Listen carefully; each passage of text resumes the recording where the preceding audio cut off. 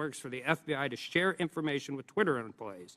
And on October 14th of 2020, you stated that this feels a lot like somewhat of a subtle leak operation. Earlier today, you testified that you were following national experts on Twitter, national security experts on Twitter, as a reason to take down the New York Post story on Hunter Biden's laptop. Yes, sir, I did. So after 2016, you set up all these teams to deal with Russian interference, foreign interference. You're having regular meetings with the FBI. You have connections with all of these different government agencies, and you didn't reach out to them once? Is that question in reference to the day of the New York Post Yeah. article? That's right. We generally did not reach out to the FBI to consult on content moderation decisions, especially where they related to domestic activity. It's not that we wouldn't have liked that information. We certainly would have. It's that I don't believe it would have been appropriate for us to consult with the FBI. In December of 2020, you did a declaration to the Federal Election Commission that the intelligence community expected a leak and a hack operation involving Hunter Biden. Recently, Mark Zuckerberg confirmed that the FBI warned Meta that there was a high effort of Russian propaganda, including language specific enough to fit the Hunter laptop Biden security story. You're talking to these people for weeks and months, years prior to this leaking. They have specifically told you in October that there's going to be a leak potentially involving Hunter Biden's laptop. They legitimately and literally prophesized what happened. And you didn't contact any of them? No, sir, I did not. Did they reach out to you? On and around that day, to the best of my recollection, no, they did not. So after the story was taken down and you guys did it and you personally disagreed with it, Ms. Gaddy, you said you did. Did you contact them and say, hey, is this what you were talking about?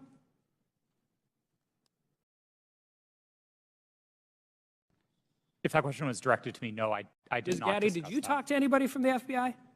Not to the best of my recollection. So I guess my question is, what is the point of this program? You have constant communication. They're set up for foreign interference. They've legitimately warned you about this very specific thing, and then all of a sudden everybody just walks away? Like, this is what you planned for. This is what you prepared for. This is the information. They told you exactly what was going to happen, and then you want, I don't care if it's members of Congress, you legitimately want the American people to believe we just completely cut off contact with all of the people who we were supposed to defend against? I don't think it passes the smell test, and neither do the American people. I yield back. Chair recognizes Mr. Kassar for 5 minutes.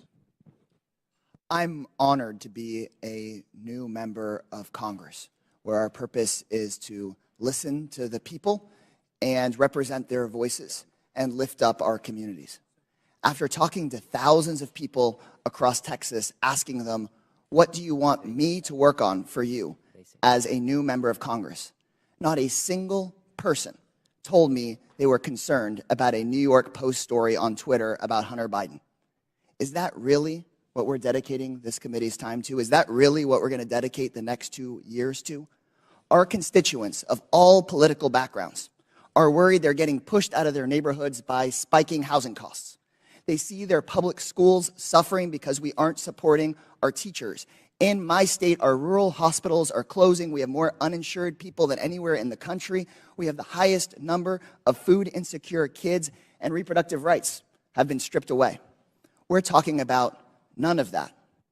It seems to me that we're having these hearings so that people can beat their chest about Hunter Biden, maybe do some fundraising, get some headlines, and ironically post those on Twitter.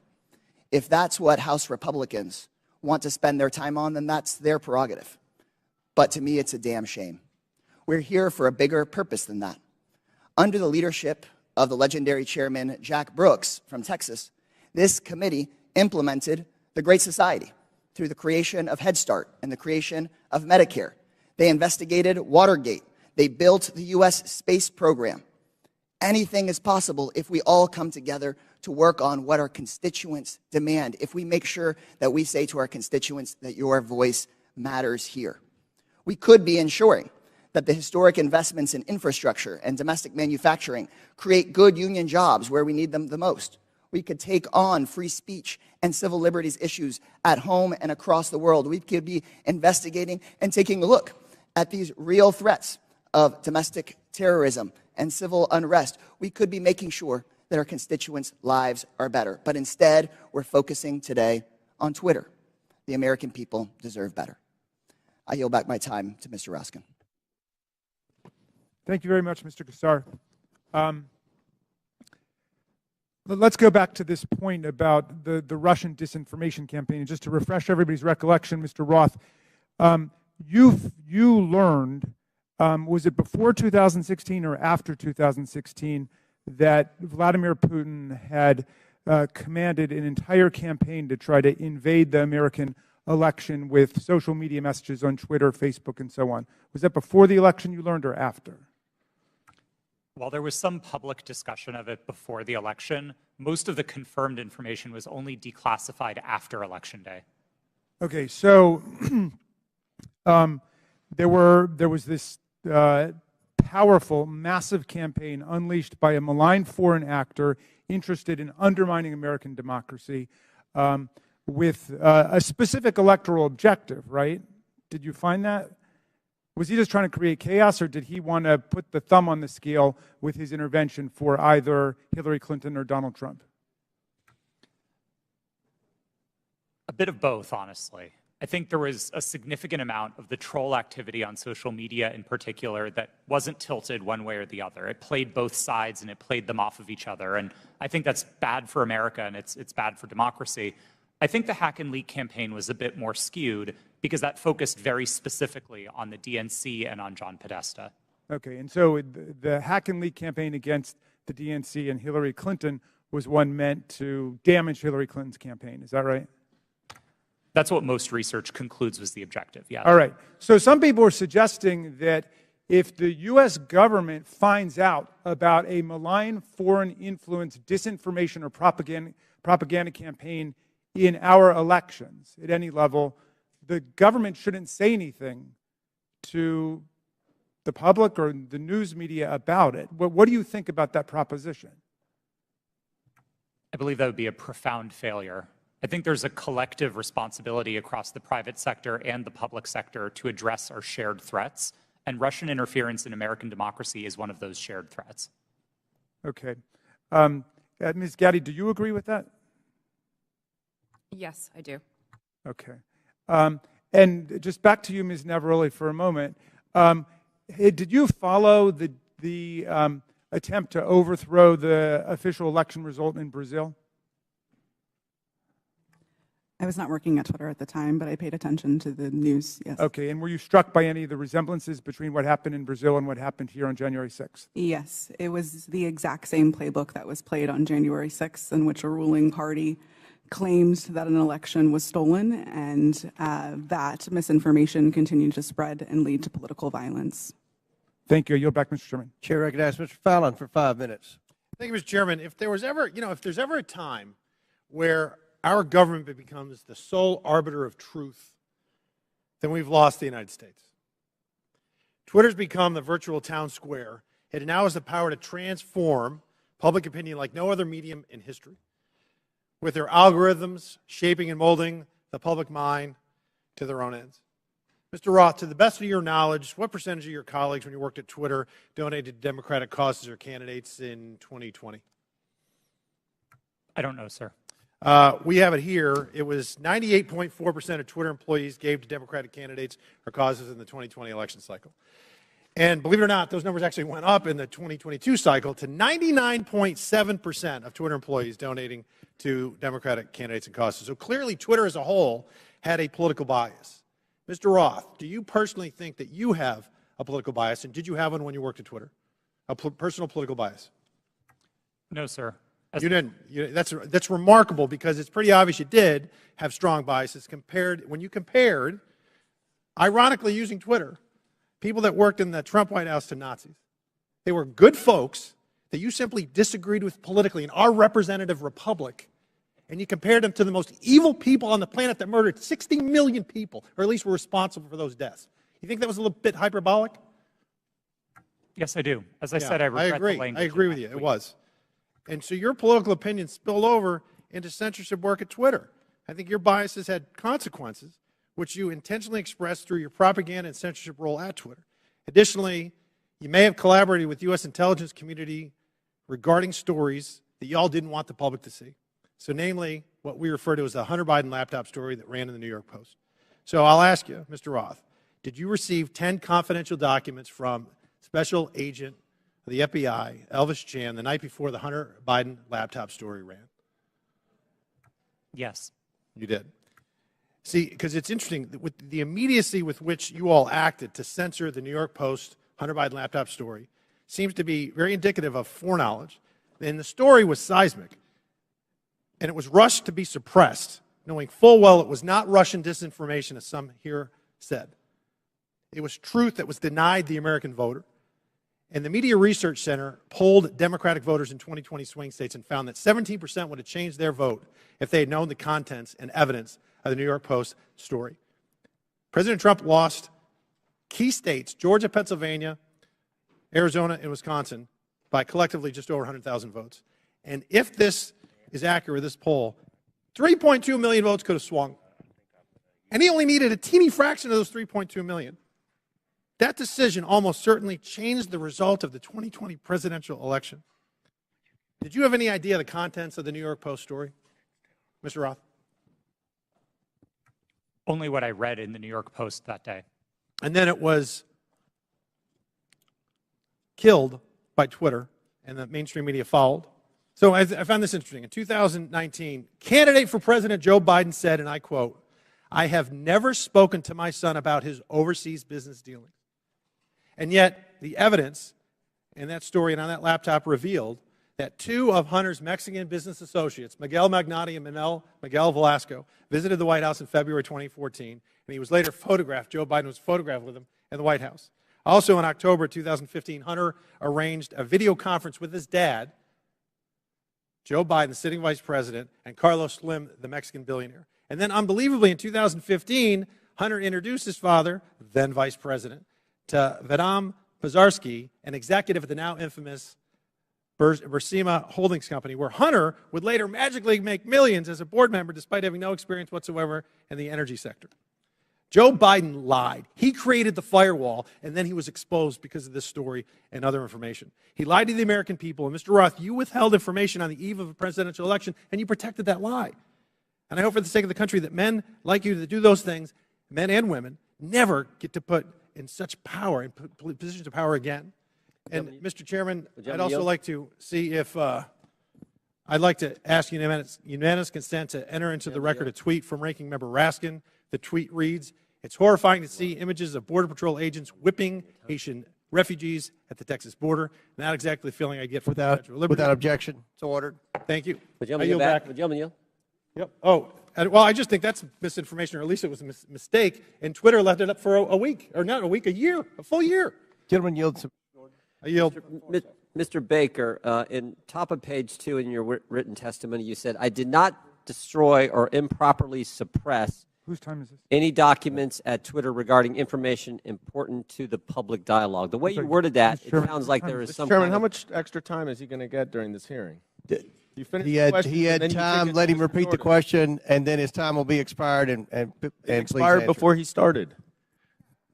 Clearly, it's up to the chairman, so why don't you let him answer? Mr. Baker, on top of page 2 of your written testimony, you said, "I did not destroy or improperly suppress any documents at Twitter regarding information important to the public dialogue." The use of the term improperly suppressed suggests there was some kind of suppression done in a proper way. I just want to know what that was, and is this referring to your work at Twitter when the Twitter files were first released just a few months ago? Unfortunately, sir, I think I'm constrained from answering that question any more fully than in my testimony because of attorney-client privilege. So unfortunately, I'm just going to have to leave it at that. I thought that's been waived. Not the privilege, not the privilege. The non-disclosure agreement, my understanding, has been waived, but not the attorney-client privilege. Gentlemen, time's expired. I do not have anything in writing to indicate that the Twitter has waived privilege with respect to that matter. Chair recognizes Ms. Crockett. Thank you, Mr. Chair. MAGA Republicans can't let go. That should be the name of this hearing.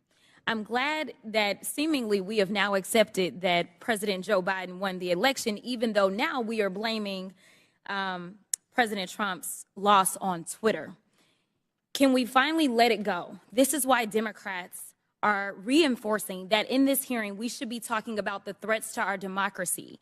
That's the real threat, not an old article that seemingly couldn't reach the viewership it sought through its own platform to disparage and attempt to skew the election in favor of a twice impeached former president who lost a secure and fair election.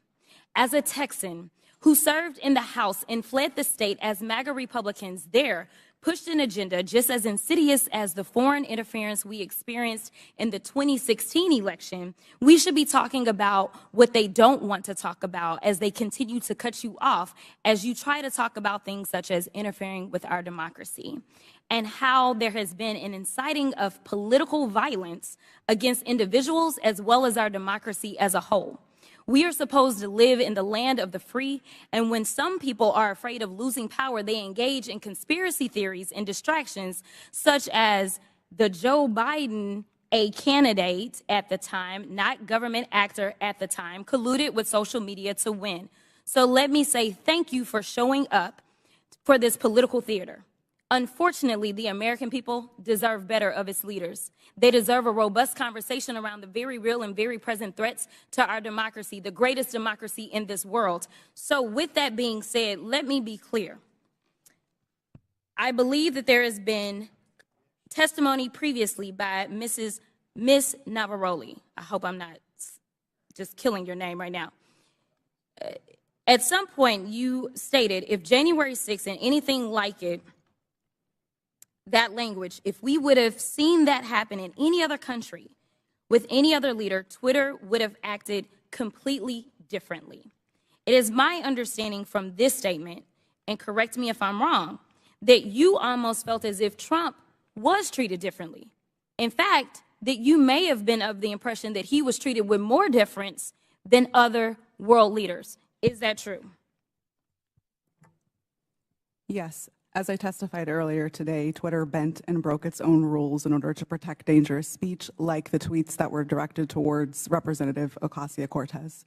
And when we talk about bending, it's my understanding from another deposition that there were actual alarms that would go off if someone would access Trump's Twitter account other than, I believe, the CEO. It was my understanding that alarms would ring within Twitter if the account was accessed outside of a select group of individuals who had access to that account. Are you aware of this being an ongoing practice for other individuals' Twitter accounts? At my time at Twitter, the former President Donald Trump's account was the only account that I did not have access to. Okay, so we know that there weren't individual actors running around Twitter setting off alarms every other day. Is that correct? Not to my knowledge, no. Okay. Now, as we talk about January 6th, because I think that's the only thing we should be talking about, what I want to talk about is what, and anyone can answer this question. Did you see a correlation between a rise in homegrown domestic white supremacy online as it correlates to leading up to January 6th? I can answer that. So some of the things that we were seeing specifically on Twitter related to white supremacy fan fiction. I mentioned earlier in my testimony that we saw things like people wishing that the day of the rope would occur.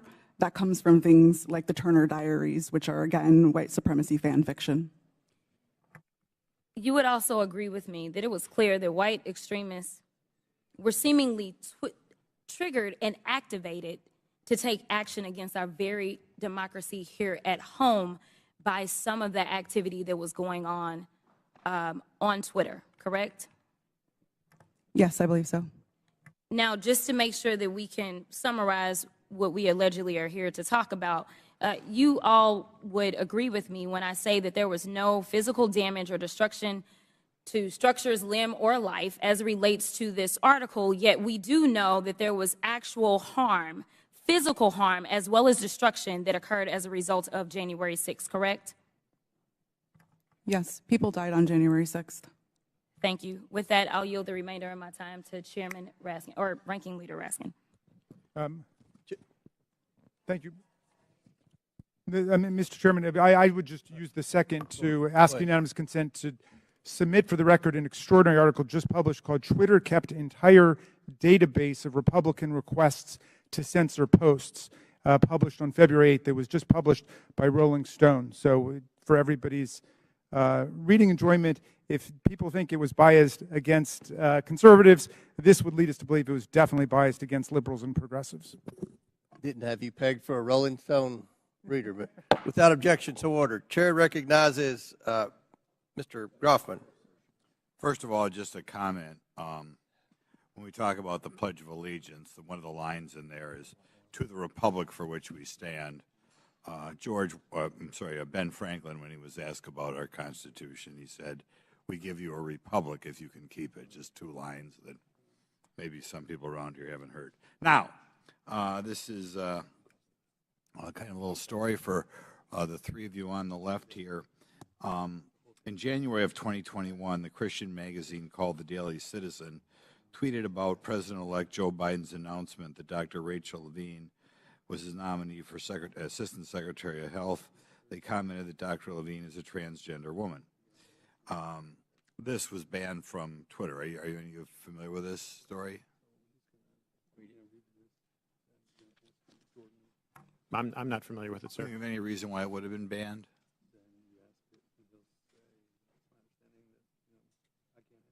Okay. There are local talk radio hosts in my area, well-known media hosts out of the Madison, Milwaukee, Green Bay media market, widely listened to. They were shadow banned on Twitter. There's some very prominent doctors in the area that didn't agree, perhaps, with everything CDC or NIH said, that were banned on Twitter. I'd like you to comment on that because, normally I think when people make a major health decision, they always like to get two separate opinions. And some of these doctors who are wildly well-respected, probably two of the most prominent doctors in Wisconsin, thought outside the mainstream. And I think if we're thinking outside the mainstream, they were taken off your platform. Could you comment on why you would take somebody off a platform, or why a distinguished doctor would be considered something that the public as a whole couldn't hear their version of events?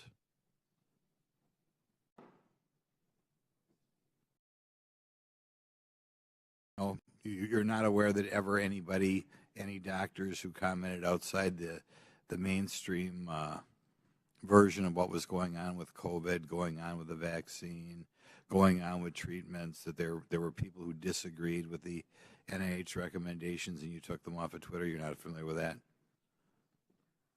None of you are familiar with that. Okay.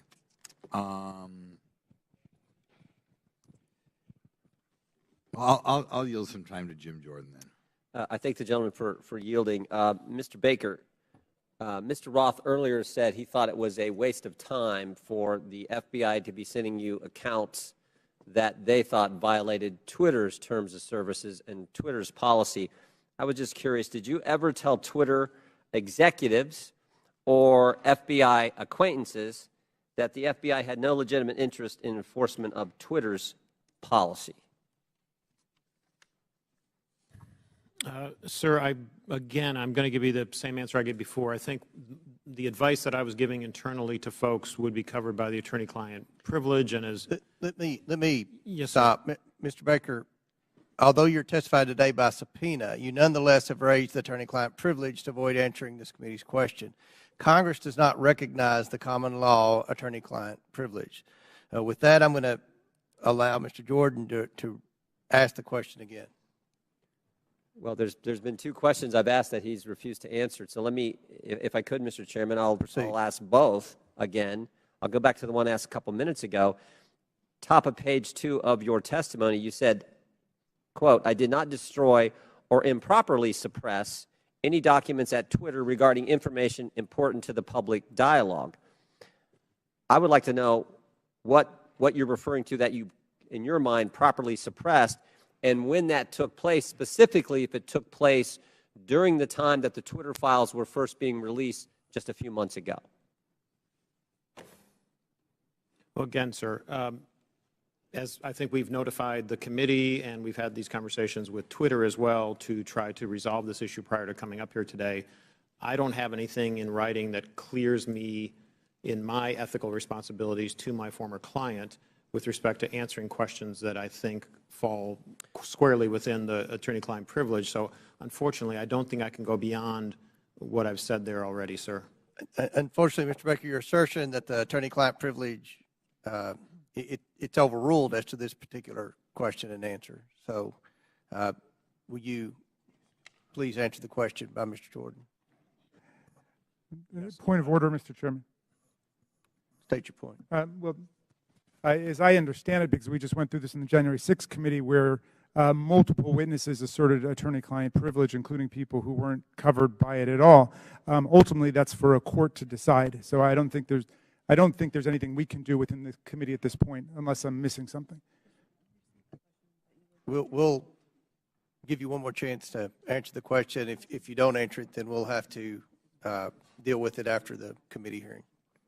Mr. Baker, could you answer the question, please? I apologize, but I believe I have ethical responsibilities to my former client, and I don't think I can go beyond what I've said already, unfortunately. Yeah, I just said that. All right. Mr. Baker, you did suppress documents then that, in your language, was important to the public dialogue? I'm going to give you an extra minute, Mr. Goldman. Oh, thank you very much. I'm sorry, sir. Could you repeat the question? Again, going on what your written testimony. So you did suppress documents at Twitter regarding information that was important to the public dialogue. That's a yes or no.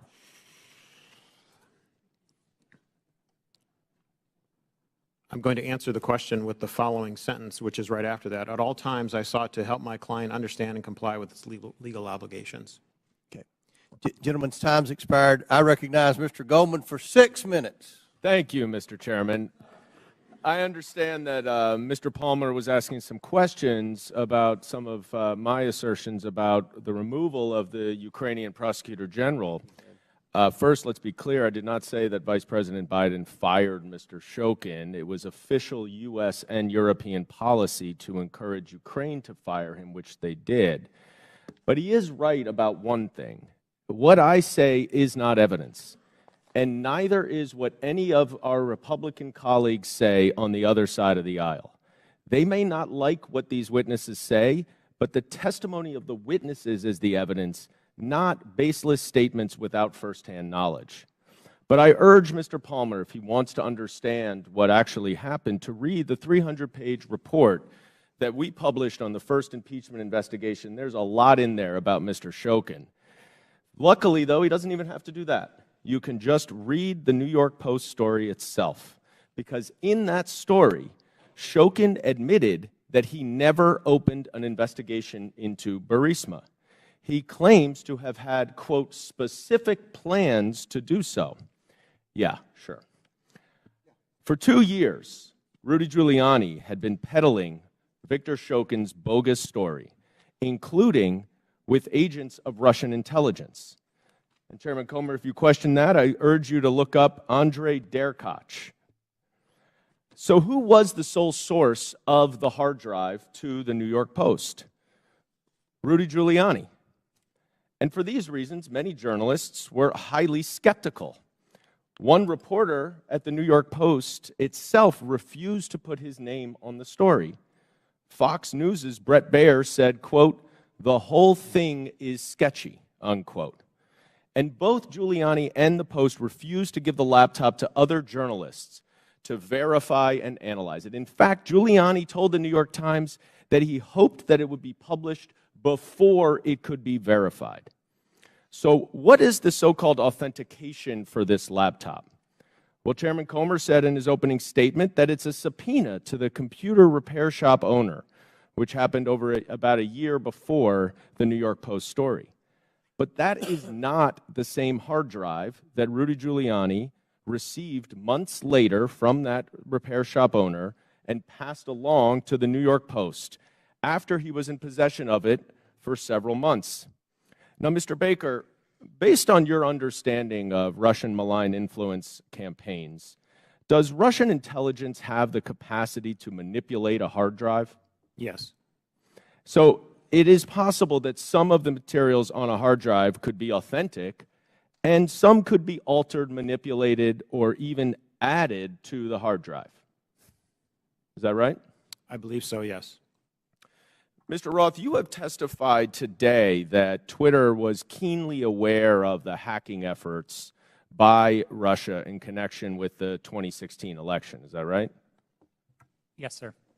And those efforts, I believe you said, and correct me if I'm wrong, by Russian intelligence to interfere in our electoral process continued up and through and including the 2020 election. Is that right? Russian efforts certainly continued through the 2020 election and even through the midterms. I couldn't say specifically if it was military intelligence, as was the case in 2016, but certainly the Russian government was involved. So let's run down what Twitter knew about this hard drive and this story when it was published. First, the sole source of the hard drive was Rudy Giuliani, who had been working closely with Russian intelligence agents throughout 2020. Second, Russian intelligence interfered in the 2016 election and was actively trying to do it again. And third, numerous journalists, including at the New York Post and Fox News, raised suspicions about the hard drive, and they refused to allow an independent analysis and verification of it. Now, Mr. Baker, based on your experience in law enforcement, wouldn't this give anyone concerned about Russian interference in our elections serious pause? Well, I think as reflected in the public record, at the time, I thought there were great concerns on that side of the equation, because in part with respect to all the things that had happened since 2016 with respect to the hack and leak or hack and dump issues, there were facts that indicated that the computer might have been abandoned and so on, but which made it a very difficult case, which is why we're sitting here today talking about it. Right, and there was a 24-hour delay in continuing to spread the publication of it. Isn't that right? Yes. Okay. You know, that is exactly what 51 former intelligence officials, many from Republican administrations, even the Trump administration, said in that letter that is being distorted by Mr. Jordan and others at this hearing. Let me quote one paragraph of what they say. We want to emphasize that we do not know if the emails provided to the New York Post by President Trump's personal attorney, Rudy Giuliani, are genuine or not, and that we do not have evidence of Russian involvement. Just that our experience makes us deeply suspicious that the Russian government played a significant role in this case. And unless Twitter, like Special Counsel Mueller concluded about the Trump campaign in 2016, wanted to welcome Russian interference in an election, all of you sitting here today were entirely correct to be highly concerned about the legitimacy of this story. I yield back. Chair recognizes Mr. Higgins for 5. Thank you, Mr. Chairman. I'm going to be yielding some time to my colleague, Mr. Jordan, here momentarily. But for the record, Mr. Baker, Ms. Gotti, Mr. Roth, Mr. Navaroli, are you here under the advice of counsel, and do you have counsel present? Yes, sir. That was a yes? Yes, sir. Yes, sir. Yes, I do. Yes, I was subpoenaed That's to good appear. to know. I'm glad you all have counsel present. Mr. Chairman, for submission for the record, I'd like consent to submit the Twitter files dated December the 8th, posted by the New York Post regarding the suppression of conservative commentators. I'd like that submitted. Without objection, so ordered. Mr. Chairman, thank you. I'd like to also submit for the record a timeline of events with cited sources outlining strong evidence of the Biden family organized criminal actions would certainly indicate that we've crossed the threshold of reasonable suspicion. I'd like this timeline submitted for the record. Excuse me, Mr. Chairman, just where is that from, that timeline? Timeline in my hand, boss. I'll get it to you shortly. Bottom line is that the FBI had the Biden crime family laptop for a year. They knew it was leaking. They knew it would hurt the Biden campaign. So the FBI used its relationship with Twitter to suppress criminal evidence being revealed about Joe Biden 1 month before the 2020 elections. You, ladies and gentlemen, interfered with the United States of America 2020 presidential election, knowingly and willingly. That's the bad news. It's going to get worse because this is the investigation part. Later comes the arrest part. Your attorneys are familiar with that. Mr. Chairman, I'd like to spend 5 hours with these ladies and gentlemen during depositions surely yet to come. But for right now, I'll yield the balance of my time to my colleague, Mr. Jordan. I thank the gentleman for yielding. I think he made the right point. And I would just respond to to our colleague from New York. You know who knew the laptop was real was the FBI. They had it for, or maybe they had it for a year and just said, you know what, we're going to put it on the shelf, we're not going to look at it. But if anyone knew it was real, it's them. That's why I asked the question, again, back to my colleague from New York, what he was talking about. That's why I asked the question earlier. I said, did anyone at the FBI or Mr. Baker know, did Mr. Baker talk to any of those 51 former intel officials who sent the letters saying this has all the classic earmarks of a Russian misinformation operation? Maybe they could have checked with the FBI because the FBI had the actual laptop in their possession. So I appreciate the gentleman from Louisiana. I think it's a great point that he made. Mr. Roth, I'm going to come back to you in something we were at a few hours ago. And we're talking about this visibility filtering, which in my mind I understand to be something short of suspending and blocking the account, which the user then knows has happened because there's a notification in a public way, like you did to Ms. Green when you suspended her account. But there's other things, this search blacklist, this do not amplify, that are some kind of filtering that account that the user doesn't know about. And I asked the question earlier, was there any bit of this visibility filtering that was hard-coded by Twitter employees into the account of specific users? And you said, you hesitated for a while, and you said, well, you wouldn't use the term hard-coded, but it seemed to me like something like that went on. Can you elaborate? Thank you for the question. Twitter's visibility filtering system, as has been reported in the Twitter files, is based on applying labels to user accounts. And so in that sense, if the application of a label is what you meant by hard-coded, yes, Twitter systems did apply those designations to those accounts. But it was seldom the case that Twitter staff would manually, individually, go in and apply those labels directly. Were any government officials, were those labels and therefore that filtering done to any government officials, any elected officials, where the user wouldn't know about? I don't know, sir.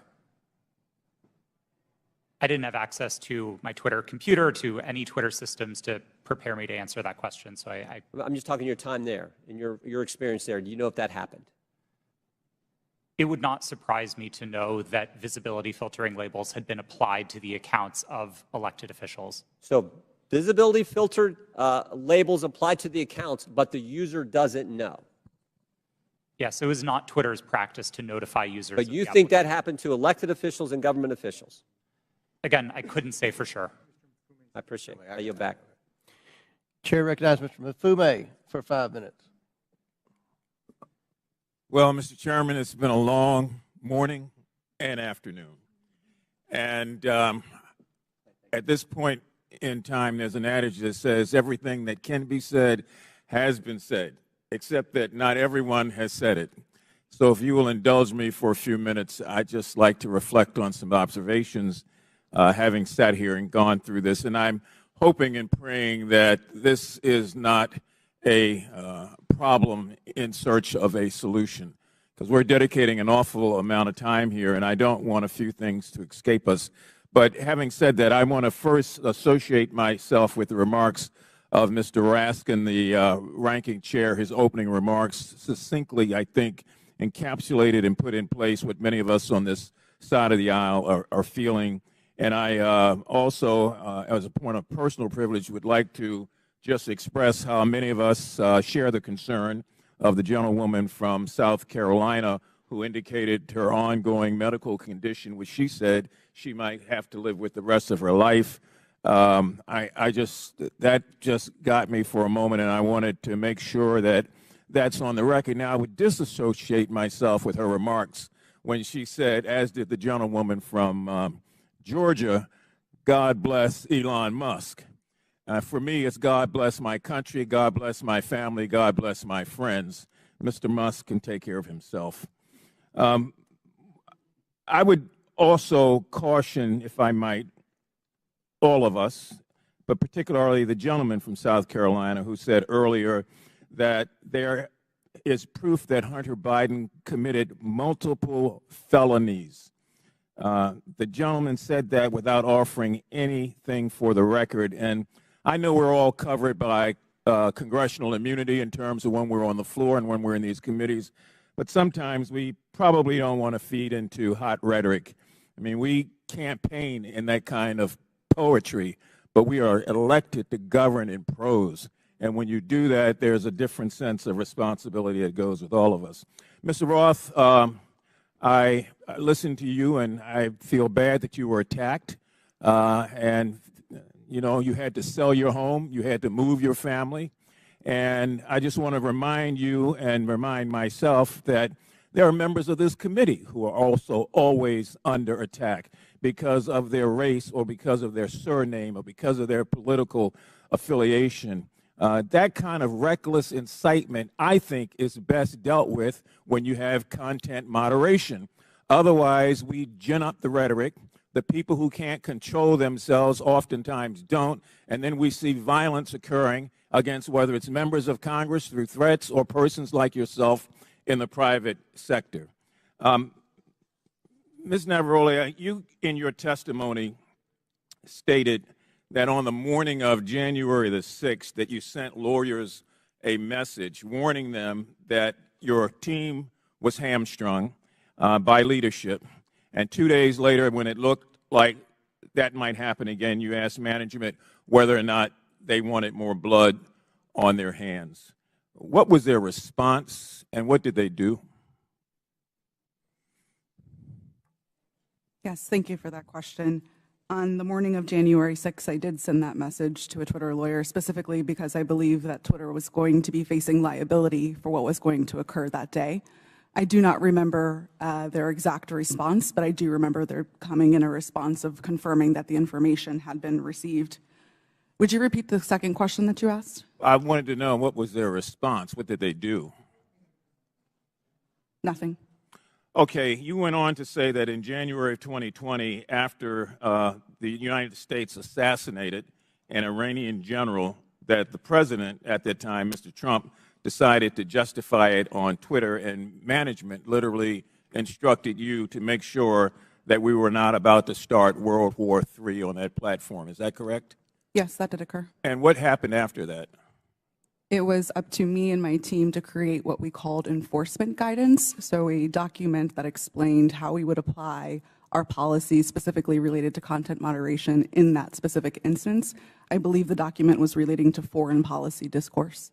So my point here about content moderation on the front end prevents some of the crazy things we see on the back end. Mr. Chairman, I have from the Anti-Defamation League their latest report on murder and extremism in the United States, oftentimes fueled by the lack of content moderation, that I would ask unanimous consent be entered into the record.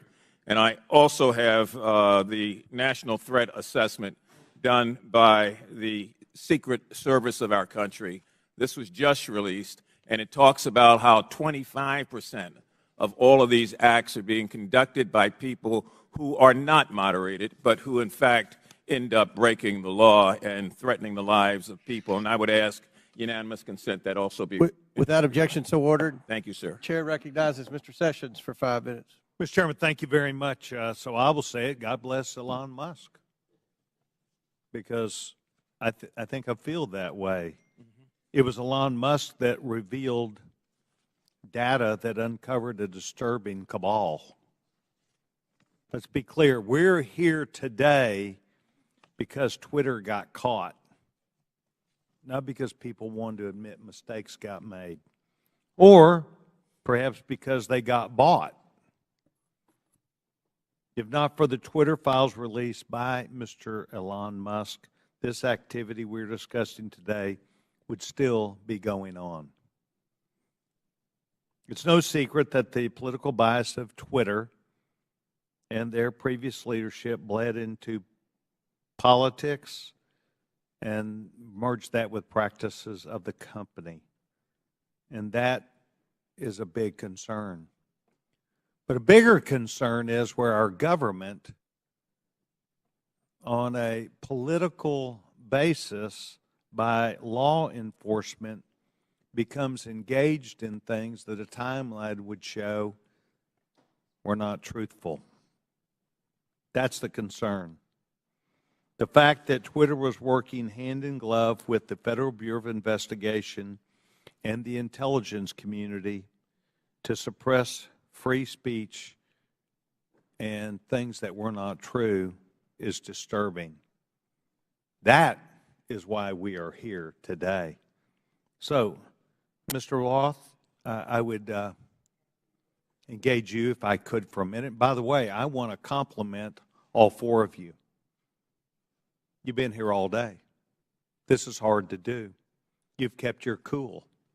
To the best of your ability, you're expressing honesty. I admire that. Mr. Roth, can you please tell me about the meetings with the FBI? How many? Where did they take place? How do they accomplish what they wanted?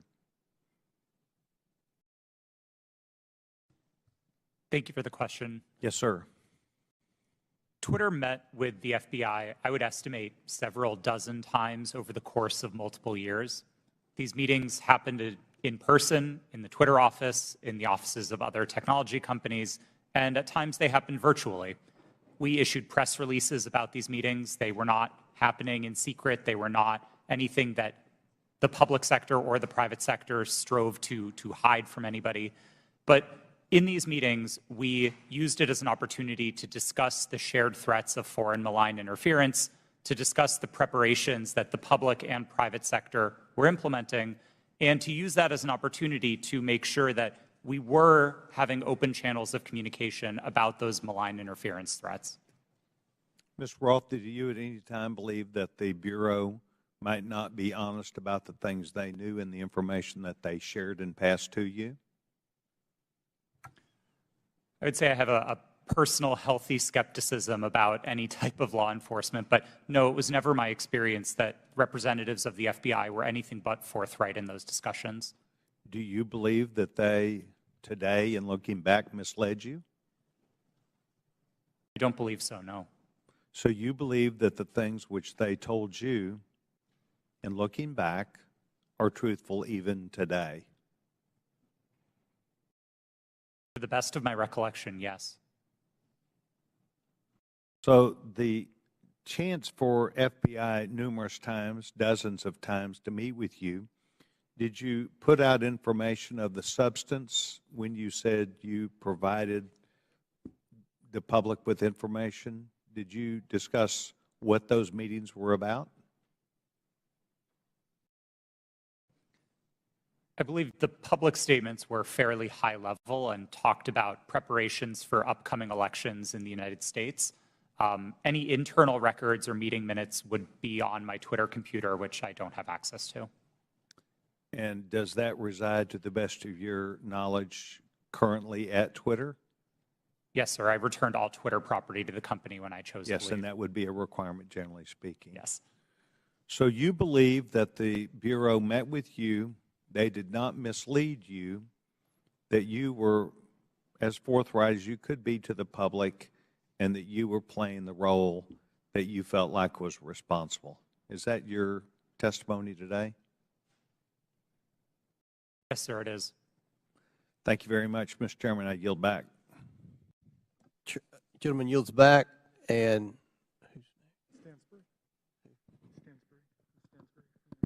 Stansbury. Yeah. Oh, yeah, yes. I'm sorry.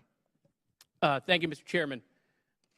You know, I'm beginning to feel like a little bad for the majority. Like I just feel guilty because you guys have come today to try to prove that the Biden administration in coordination with Twitter is impugning free speech. And the problem is that Donald Trump, he is just this thing that hangs around your neck. Because at every turn, he undermines whatever credibility you want to have on this subject. I mean, Donald Trump and his administration, it's been proven, reached out to Twitter to take down tweets that got under his skin. The tough guy, Donald Trump, right? He got called the B word. Let's reach out to Twitter. Let's get the tweet taken down. You guys have no credibility. You have none. Your own guy taking free speech off of Twitter. You know, I also don't understand this bipolar thing that you're doing with Joe Biden. So every day you guys tweet out, Joe Biden is boring, he's sleepy. Every day you say it on TV. Now you want to tell the American people Joe Biden is an international super mastermind along with his son Hunter. I mean, it's just bananas. You know, the Trump family is getting billions of dollars of loans from foreign governments by using their White House relationships. Any questions? Any questions on that? No, I didn't think so. You want to know if the Trump family made any money selling PPE during the pandemic out of the West Wing? Any questions about that? No, I didn't think so. But let's move on to Hunter Biden's laptop. Your leaker, I always love this, by the way. You guys are against leakers unless they're leaking things you like. Your leaker, Matt Isaac, and I love, you know, have you seen this guy? I mean, he's like a Radio Shack dot matrix guy who copied files off a private citizen's hard drive. Okay? That's your entire theory is based off of. But I want to use his words. This is his own words. Your guy, your leaker, the guy who gave you the information. There have been several attempts by several individuals to modify and insert fake data. I do know there has been multiple attempts over the past year and a half to insert questionable material into the laptop, to pass off information or disinformation as coming from the laptop. He continued, "This is a major concern of mine because I fought tooth and nail to protect the integrity of the drive, and to jeopardize that is going to mean everything I sacrificed will be for nothing." Your guy, your leaker, questioning the integrity of the information you guys are peddling. By the way, why isn't he here? Bring him here. Let's ask him questions. And why haven't we seen the hard drive? You guys aren't shy. Why won't you show it to the American people? Let's talk about Twitter. Let's talk about God bless Elon Musk. See these? God bless the guy who is allowing Nazis and anti-Semitism to perpetrate Twitter. There's been a 66% increase of anti-Semitism on Twitter since Elon Musk set it free.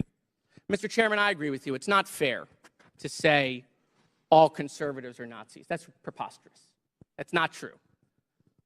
But your Lord and Savior Donald Trump is having tea and dinner with them at Mar-a-Lago. Nick Fuentes right here, who is a picture that is tweeted at me all the time saying Jews are a virus in response to my tweets. Donald Trump's having dinner with him. Nazis at Mar-a-Lago. And so, no, not all Republicans are Nazis, but I got to tell you, Nazis seem really comfortable with Donald Trump. So I have questions about that, Mr. Chairman. Why is that? Why do I get these tweets? Let's talk about Kanye West, right? The chairman of the Judiciary Committee for 3 months praising Kanye West. We love Kanye, right? A Nazi. Clearly now. It took months for that tweet to come down. How come? I mean, these are things I'd love to know. Is it because maybe they're your voters? I mean, they certainly aren't voting for me. I yield back. Chair recognizes Mr. Langworthy for 5 minutes. The Twitter files revealed the unrestricted power and censorship regularly exercised by the 3 witnesses in front of us today, Mr. Roth, Ms. Gaddy, and Mr. Baker. Now, Ms. Navaroli, in your opening, you stated that too few people and companies have too much power. Well, I think you're right. The witnesses here today, they had too much power at Twitter. And they tried to play the role of God as they interfered with a natural right of the people to a free and fair election. Twitter knowingly suspended the New York Post's account, one of the most reliable conservative voices in the country, in fear that an honest story would swing the most divisive election in American history into the hands of their enemy, former President Donald Trump. Now, Mr. Roth, you were part of the secretive SIP-PES censorship team at Twitter, correct? No, sir, I'm not sure what that refers to. Mr. Roth, the Twitter files revealed that you rarely adhered to company policy in making your censorship decisions.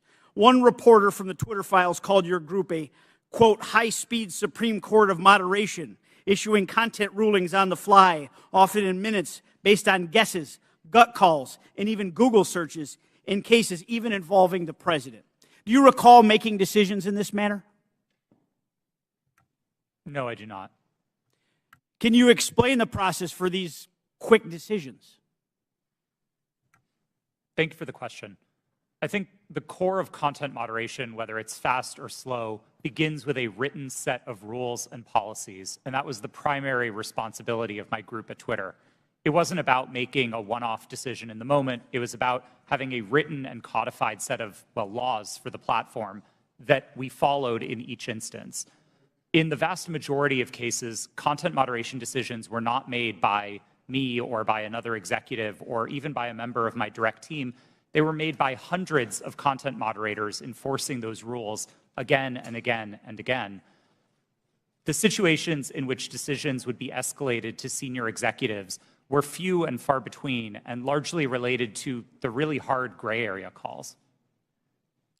So, Mr. Roth, as part of the, quote, Supreme Court of Moderation at Twitter, did you have the final call over political censorship decisions? No, sir, I did not. Then who had the final call on these decisions? There was a team of people, some of whom represented on this panel today, others not, who were involved in trying to make these decisions. But a portrayal that any one person held sort of supreme or ultimate authority over these decisions would misrepresent what the process was. So your team labeled high-profile accounts as VITs, standing for very important tweeters. What was the threshold for being labeled as a VIT? That's an excellent question for which there is not a consistent answer. I don't think Twitter was particularly well put together on that definition. So was the New York Post labeled a VIT? I believe the New York Post's account is verified, and verification conferred some of that status of being a VIT. But again, the definitions here are a little squishy. Now, is it true that the Twitter comms director, Trenton Kennedy, said in regard to the Post story, I'm struggling to understand the policy basis for marking this unsafe? Yes, it's my understanding that Mr. Kennedy said that. Was the New York Post story regarding Hunter Biden's laptop marked unsafe regardless of uncertainty?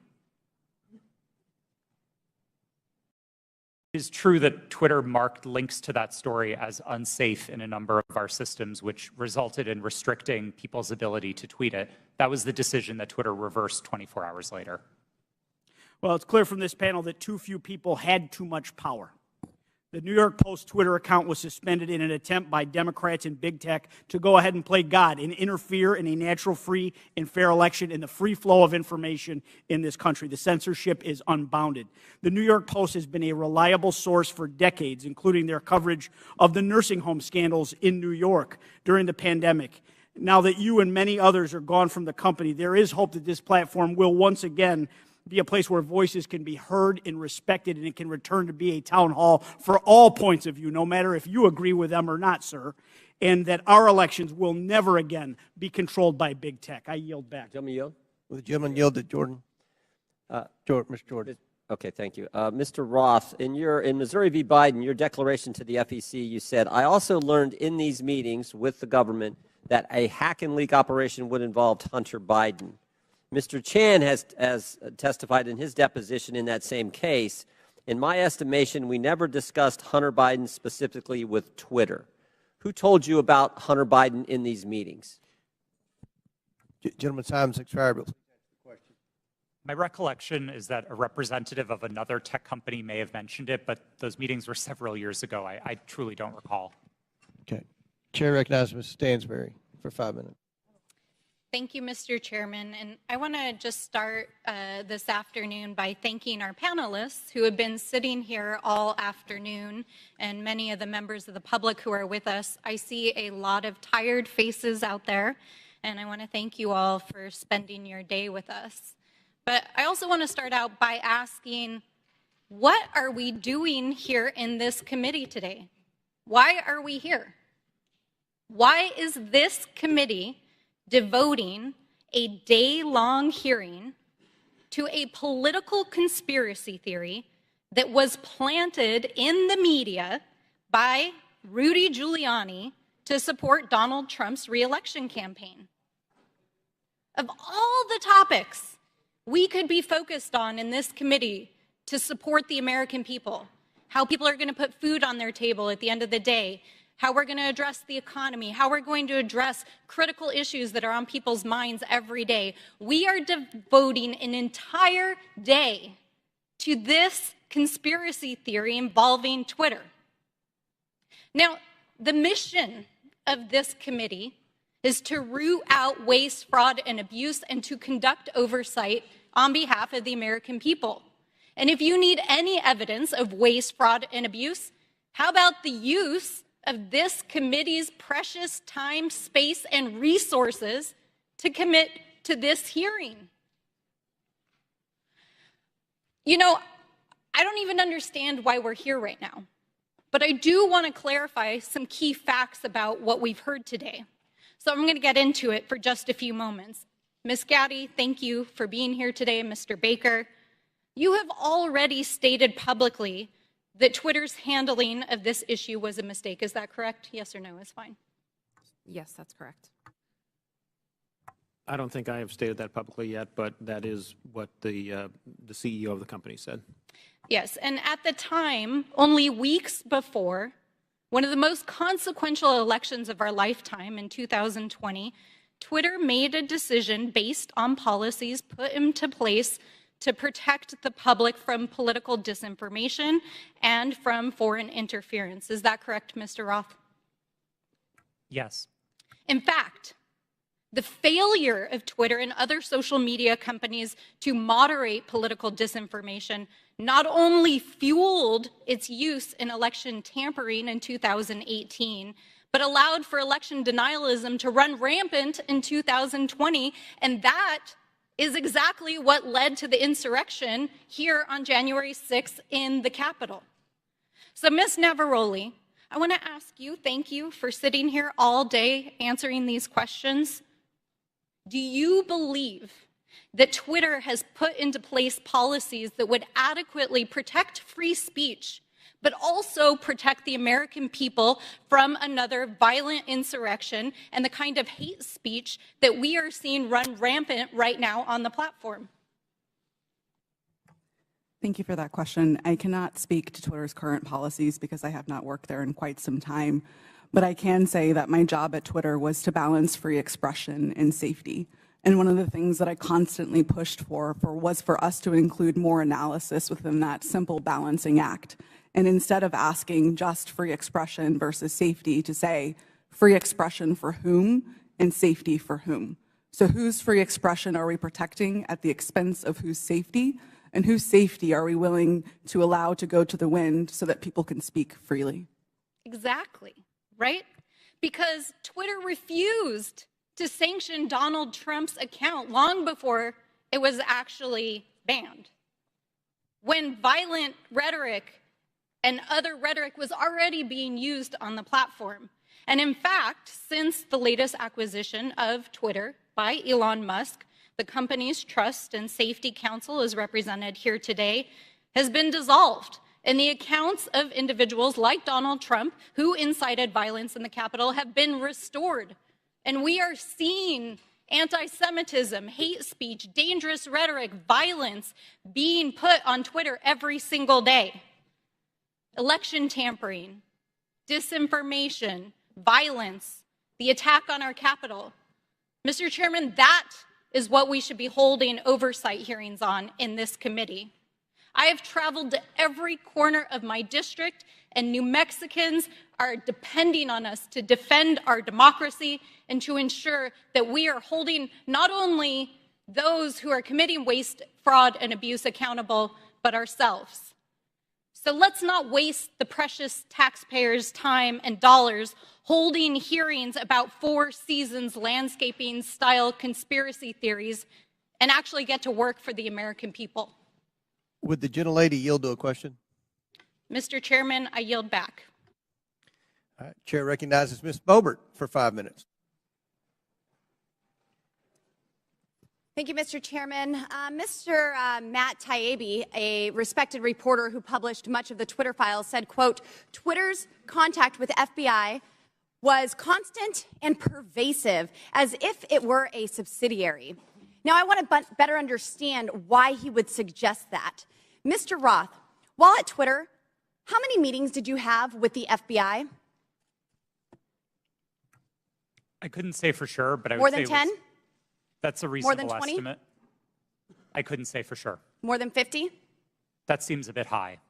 Many meetings with the FBI. Well, we know how many FBI agents worked at Twitter while you were there? I don't believe any active FBI Former agents. FBI agents. How many worked there while you were there? I'm aware of perhaps 2. Well, we know of at least 9 because they started the BU group chat, BU for Bureau. Now, Mr. Roth, did the FBI ever ask you to share information like users' communication data without going through proper legal channels? No, they did not, and I would have refused if they had. That's correct. I see that you denied Agent Chan's request for access to Twitter's data feed. What's sick isn't that you would deny it, it's that the FBI would even ask you for the private data of American citizens without going through legal channels of the law. Now, I want to remind you, Mr. Roth, that you are under oath. Did the FBI ever ask you to do anything that was illegal or questionably legal? I'm not a lawyer, but certainly not to the best of my recollection or knowledge. Now, from the hearing that I've been a part of today, it's almost impossible to tell where the FBI ends and where Twitter begins. We have Mr. Baker here, a former FBI agent, and there seems to be a revolving door between the FBI and Twitter itself. Even Mr. Baker said that there was no collusion with the federal government and Twitter. But Mr. Baker, that's you. You are the collusion between the federal government and the FBI. And now with it, this is such a problem because we're seeing censorship all over. Mr. Roth, Ms. Gaddy, did either of you approve the shadow banning of my account at Lauren Boebert? Yes or no? No, I did not. Not to the best of my recollection. Well, let me refresh your memory because on March 12th, 2021, and Mr. Roth, I know you looked at it because Fascist Twitter 1.0 had a public interest exceptions policy, which means for members of Congress to be shadow banned, it had to go before you, Mr. Roth. So I'll ask again, did you shadow ban my account? Yes or no?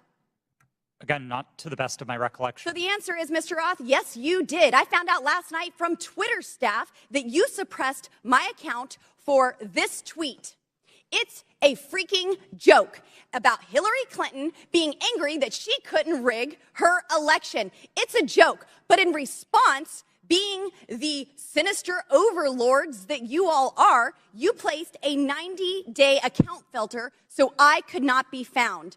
And now we see here that Twitter staff said the visibility filter on my account excluded me from top searches, prevented notifications for non-followers, and much more. This is considered an aggressive visibility filter. You silenced members of Congress from communicating with their constituents. You silenced me from communicating with the American people over a freaking joke. Now, who the hell do you think that you are? Election interference? Yeah, I would say that that was taking place because of you four sitting here. The Hunter Biden laptop story was suppressed. A sitting member of Congress was suppressed. A sitting president was banned from Twitter. You know, I bet that Putin is sitting in the Kremlin wishing he had as much election interference as you four here today. We've heard about threats to democracy. Well, what about shutting down a duly elected member of Congress? This is fundamental to our nation's governance, and you all attacked that very foundation. 230 protections, well, those are for publishers, not for editors. And it's clear you were not acting as publishers, you were acting as editors. And Mr. Chairman, I think it's far past time that we remove 230 protections for big tech platforms who are abusing this protection. And let me just say, I'm not angry for myself. I'm not angry because I was silenced. I can reach out to Elon and to his staff, and I can see what's happened. And I can sit here today and hold you all in account. I am angry for the millions of Americans who were silenced because of your decisions, because of your actions, because of your collusion with the federal government. They can't reach out to Elon. They can't sit here today and hold you into account. We don't know where the FBI ends and Twitter begins. But I do want to thank Mr. Elon Chairman, we're Musk over for 17 firing seconds now. you for and saving free speech and even Twitter. Mr. Chairman, I yield. The lady yields. Went over 24 seconds. I'll give Ms. Porter 24 extra seconds. Well, I appreciate your indulgence, Chairman Comer, but I won't need it. So today's hearing gavelled in at 10 a.m. For nearly 6 hours. Power outage. We have been going back and forth about this supposed suppression of a single news story from a single outlet for a single day. This hearing has been, in its length, nearly 1/4 of the amount of time that Twitter users could not share the link. We are spending almost as much time screaming about this as this was ever a problem. Look, criminal activity is always a concern, but if there is criminal wrongdoing on Hunter Biden's laptop, that is a matter for the FBI and our law enforcement agencies. Today's hearing is merely an exercise in misinformation and disinformation, a free-for-all hellscape. That's what now CEO Elon Musk said Twitter would become if the platform became a place where anyone could say anything with no consequences. It is unbelievable to me that I am quoting Elon Musk, but that is how ridiculous this hearing has become. The Oversight Committee, like Twitter or any other social media company for that matter, cannot become a free-for-all hellscape where anything goes. With that, Mr. Chairman, I yield back. The lady yields back. Thank you. Mr. Chairman, Ms. Boebert. I ask unanimous consent to submit 2 documents into the record, both from Twitter. Without objection, so ordered. Thank you. Chair recognizes Ms. Luna for 5 minutes. Thank you, Chairman. Mr. Roth? Mr. Roth, have you communicated with government officials ever on a platform called Jira? Yes or no? Real quick answer. We're on the clock. Not yes to or the no? best of my recollection. Not no. to your recollection? Great. If you did, in the event, communicate, who would have had access to this platform? That's the nature of my confusion. Okay. Jira is Did you ever speak to government officials on Jira regarding taking down social media posts? Again, not to the best of my recollection. Can you explain to me why the federal government would ever have interest in communicating through Jira, mind you, a private cloud server, with social media companies without oversight to censor American voices? I want to let you know that this is a violation of the First Amendment, and the federal government is colluding with social media companies to censor Americans. Mr. Chairman, I ask for unanimous consent to submit these graphics into record. And Mr. Roth, I'm going to refresh your memory for you. This flow chart behind me. Ordered. Thank you, Chair. This flow chart shows the following federal agencies, social media companies, Twitter, leftist nonprofits, and organizations communicating regarding their version of misinformation using Jira, a private cloud server. On this chart, I want to annotate that the Department of Homeland Security, which has the following branches: Cybersecurity and Infrastructure Security Agency, also known as CISA, Countering Foreign Intelligence Task Force, now known as the Misinfo, Disinfo, and Malinformation, MDM. This was again used against the American people. The Election Partnership Institute, or Election Integrity Partnership, EIP, which includes the following: Stanford Internet Observatory, University of Washington Center for Informed Public, Graphica, and Atlantic Council's Digital Forensic Research Lab, and potentially, according to what we found on the final report by EIP, the DNC. The Center for Internet Security, CIS, a nonprofit funded by DHS, the National Association of Secretaries of State, also known as NASS, and the National Association of State Election Directors, NASED, and in this case, because there are other social media companies involved, Twitter. What do all of these groups, though, have in common? And I'm going to, again, refresh your memory. They were all communicating on a private cloud server known as Jira. Now, the screenshot behind me, which is an example of one of thousands, shows on November 3rd, 2020, that you, Mr. Roth, a Twitter employee, were exchanging communications on Jira, a private cloud server, with CISA, NASS, NASED, and Alex Stamos, who now works at Stanford and is a former security officer at Facebook, to remove a posting. Do you now remember communicating on a private cloud server to remove a posting? Yes or no? I wouldn't agree with the characterization. I don't care if you agree. This is your stuff. Yes or no, did you communicate with a private entity, the government agency, on a private cloud server? Yes or no? The question was if I Yes or no? Yeah, I'm on time. Yes or no? Ma'am, I don't believe I can give you a yes or no. Well, I'm going to tell you right now that you did, and we have proof of it. This, ladies and gentlemen, is joint action between the federal government and a private company to censor and violate the First Amendment. This is also known, and I'm so glad that there's many attorneys on this panel, joint state actors. It's highly illegal. You are all engaged in this action, and I want you to know that you will be all held accountable. Ms. Gaddy, are you still on CISA's Cybersecurity Advisory Council? Yes or no? Yes, I am. Okay.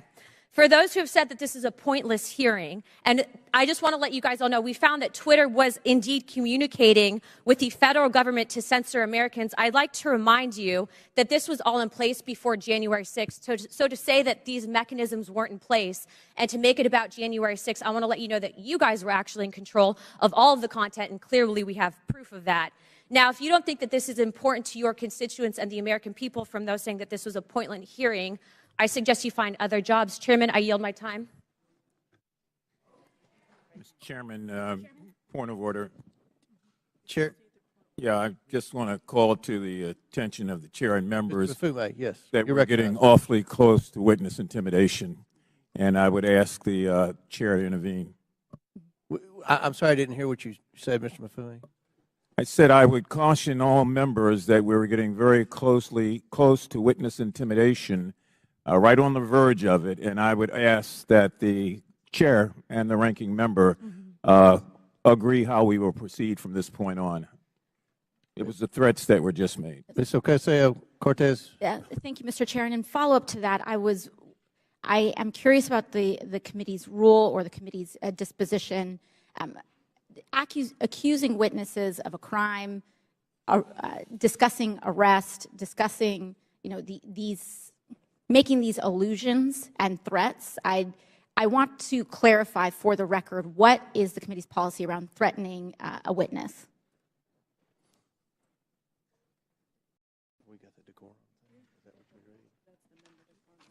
We have the member decorum. Do we have a witness decorum? And around the rules of decorum, can we agree that threatening a witness comes close to broaching general decorum? It does broach general decorum of the committee?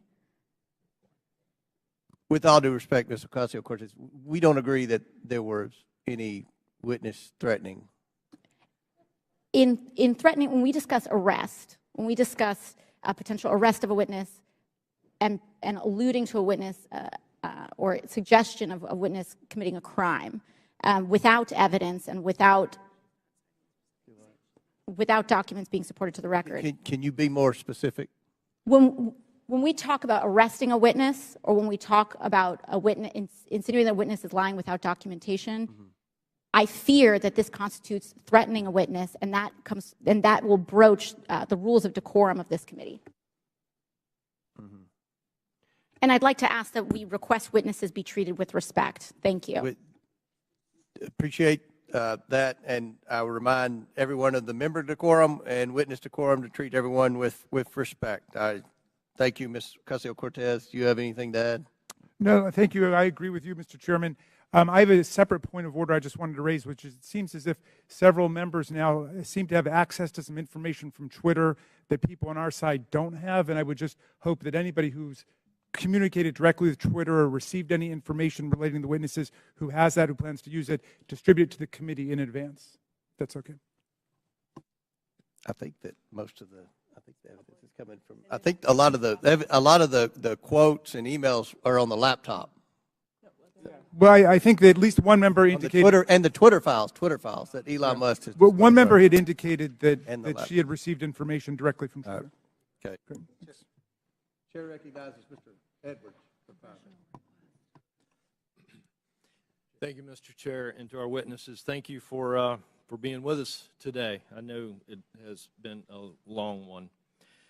Just so that we're clear, and to stage my next line of questioning, in December 2019, we've established that the FBI subpoenaed Hunter Biden's laptop from a computer store owner.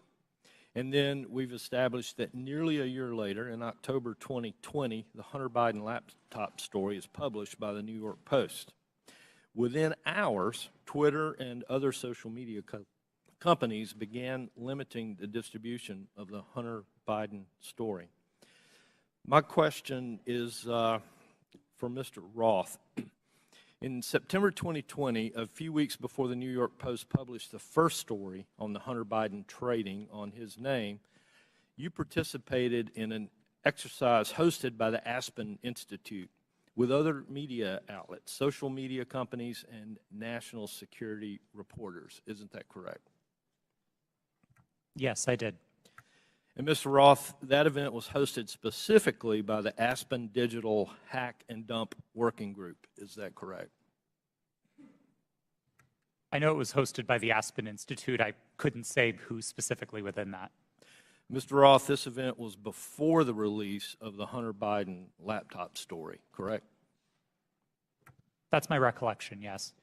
And during that event, a scenario that was discussed was a hypothetical October 2020 release of records related to Hunter Biden. Is that correct?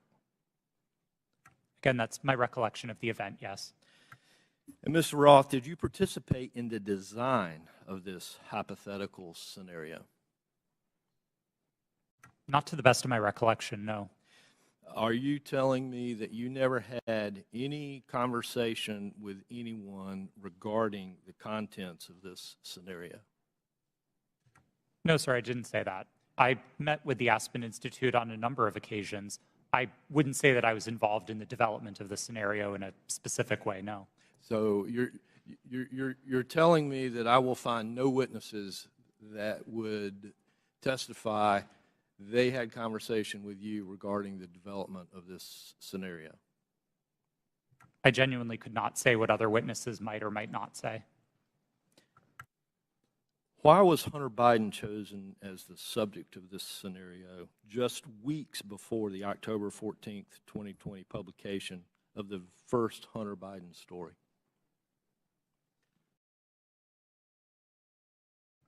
I don't know.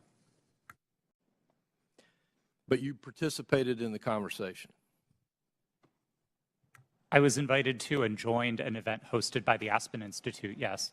And so surely there had to be some level of conversation as to why Hunter Biden was the topic in that scenario. Not that I can specifically recall. Mr. Roth, representatives from Facebook attended this event also, correct? To the best of my recollection, yes. And Mr. Roth, the FBI had Hunter Biden's laptop nearly a year before it was uncovered by the New York Post and before the Aspen Institute event. Did members of the U.S. intelligence community participate in the September 2020 Hunter Biden hack and dump exercise? I don't recall. Mr. Roth, I'd like to point you to a sworn statement that you previously made. I believe this was to the FEC. You've given a sworn declaration stating that federal law enforcement agencies communicated that they expected hack and leak operations by state actors might occur in the period shortly before the 2020 presidential election, likely in October. Is this your statement? Yes, it was. And Mr. Roth, you said since 2018 you had been meeting with the Office of the Director of National Intelligence, the Department of Homeland Security, the FBI, and industry peers regarding election security, correct? Yes, sir. And Mr. Roth, you were told there would likely be a hack and leak operation occurring in October. Is that correct? I believe the FBI has objected to the word likely or expected, but we certainly discussed that possibility with them. All right. Thank you. Mr. Chair, I yield back. Gentleman yields back. Chair recognizes Ms. Bush for 5 minutes.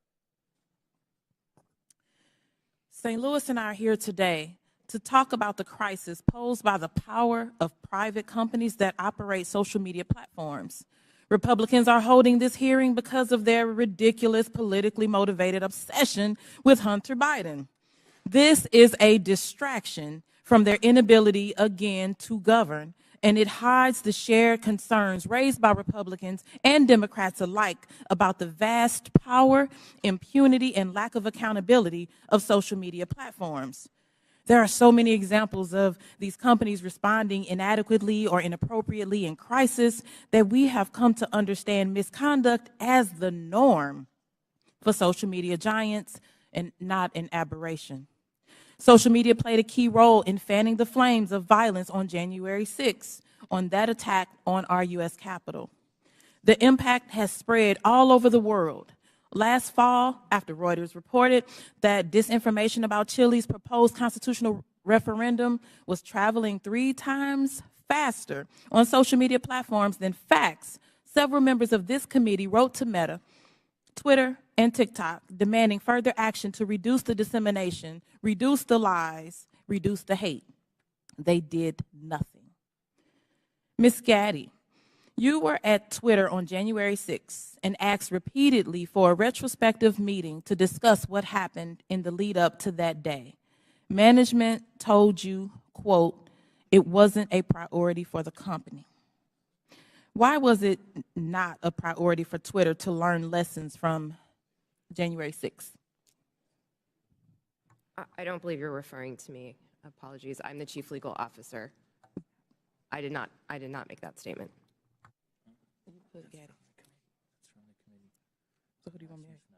Okay, Ms. Navaroli. Would you mind repeating the question? Sure. On January 6th,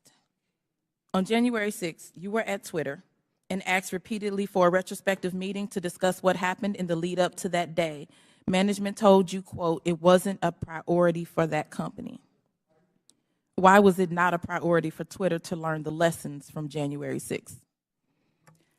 I can't speak to leadership's motivations or why it would not have been a priority for them. What I can say is myself and individual members of my team repeatedly asked that we do a retrospective to understand not just what happened on January 6th, but leading into January 8th and the permanent suspension of the president. What can you say is Twitter's top priority? I can't speak to Twitter's top priority at this moment. I can say that, again, my team's responsibility was to balance free expression and safety and to ensure the safety and lack of harm for people on the ground. Thank you. Twitter's top priority seems to be to maximize its profit. The people on this panel were among the top experts moderating content for equity and safety at Twitter, and your concerns were consistently steamrolled by executives pursuing profit. We know this situation must change, but I would argue that the structure of these corporations ensures this malpractice will continue. These social media companies have shown themselves unfit to maintain a digital public square with almost universal usage and vast power. Their purpose is not to facilitate healthy, fact-based discourse. It is to aggressively pursue profit for their billionaire executives and shareholders. Even when they make a good decision about removing a post or a user, it is only to make a profit. This existential problem will not be solved by asking these for-profit corporations to tweak their approach around the edges. We need to re-envision what the internet can be. Digital platforms, including social media, are here to stay, but we need to make sure that they operate for the public good and not the private interests. We need to invest in better alternatives to big tech, and we need to establish public ownership and control to ensure these platforms serve everyone fairly. Thank you, and I yield back. Chair recognizes Mr. Perry for 5 minutes. Thank the chairman. I thank the witnesses. It's been a long day. Mr. Roth, going back to your statement Mr. Edwards talked about, I want to just kind of revisit that a little bit, where it was communicated to you, at least per your statement, by the FBI that there was expected hack and dump or hack and leak operations, and that they would occur before the election, and that these, at the bottom here, the meetings that were rumored, and those meetings were rumored that the hack and leak operation would involve Hunter Biden. Subsequent to that, well, first of all, who told you that? Was that, did you get that? Can you tell us where you got that information, if you know? The subject of a possible hack and leak was raised by a number of representatives of the FBI. Was one of them Mr. Chan? Elvis Chan? Yes, Mr. Chan was a part of it. So are you familiar with the fact that in his testimony in November of 2022 that he says we did not see any similar competing intrusions to what happened in 2016? And of course, you have been talking to intelligence agencies and law enforcement agencies for some time, and they were referring to the 2016 hack and dump operation. Are you familiar that he said that subsequent to you saying this? They didn't have any evidence? I was not aware of Okay, Mr. that's Chan's fair. deposition. That's fair. No. Did they ever give you any evidence of the hack and dump operation that happened in 2016? And what I think I'm referring to is the allegation that the Clinton campaign, the DNC server was hacked, and that information was spread about through WikiLeaks or other information channels. Did they ever give you any evidence of that occurrence during these discussions? That information was made public by the intelligence community in the Mueller report and by the Senate Intelligence. Yeah, evidence. Did they ever give you evidence? Because as far as we know, CrowdStrike looked at the servers. Did the FBI ever look at the servers from the DNC, to your knowledge? I think that would be a question better directed at the Fair FBI. enough, but the point is you never saw any evidence, right? You're just taking it on, and I'm not blaming you, because a lot of people want to believe the FBI. I've always wanted to believe the FBI. The question is, did they ever give you any evidence to believe that? Because they're making the case. They're making the case that there's a hack and leak operation coming, and it's going to be about Hunter Biden right before the election. Did they ever give you any evidence? It didn't come up. Okay, yeah, I didn't figure it did. And then you all set up a secret channel between Twitter and the FBI. Who did that from the FBI? Was that Roth? Or you're Roth. Was that Elvis? I'm sorry.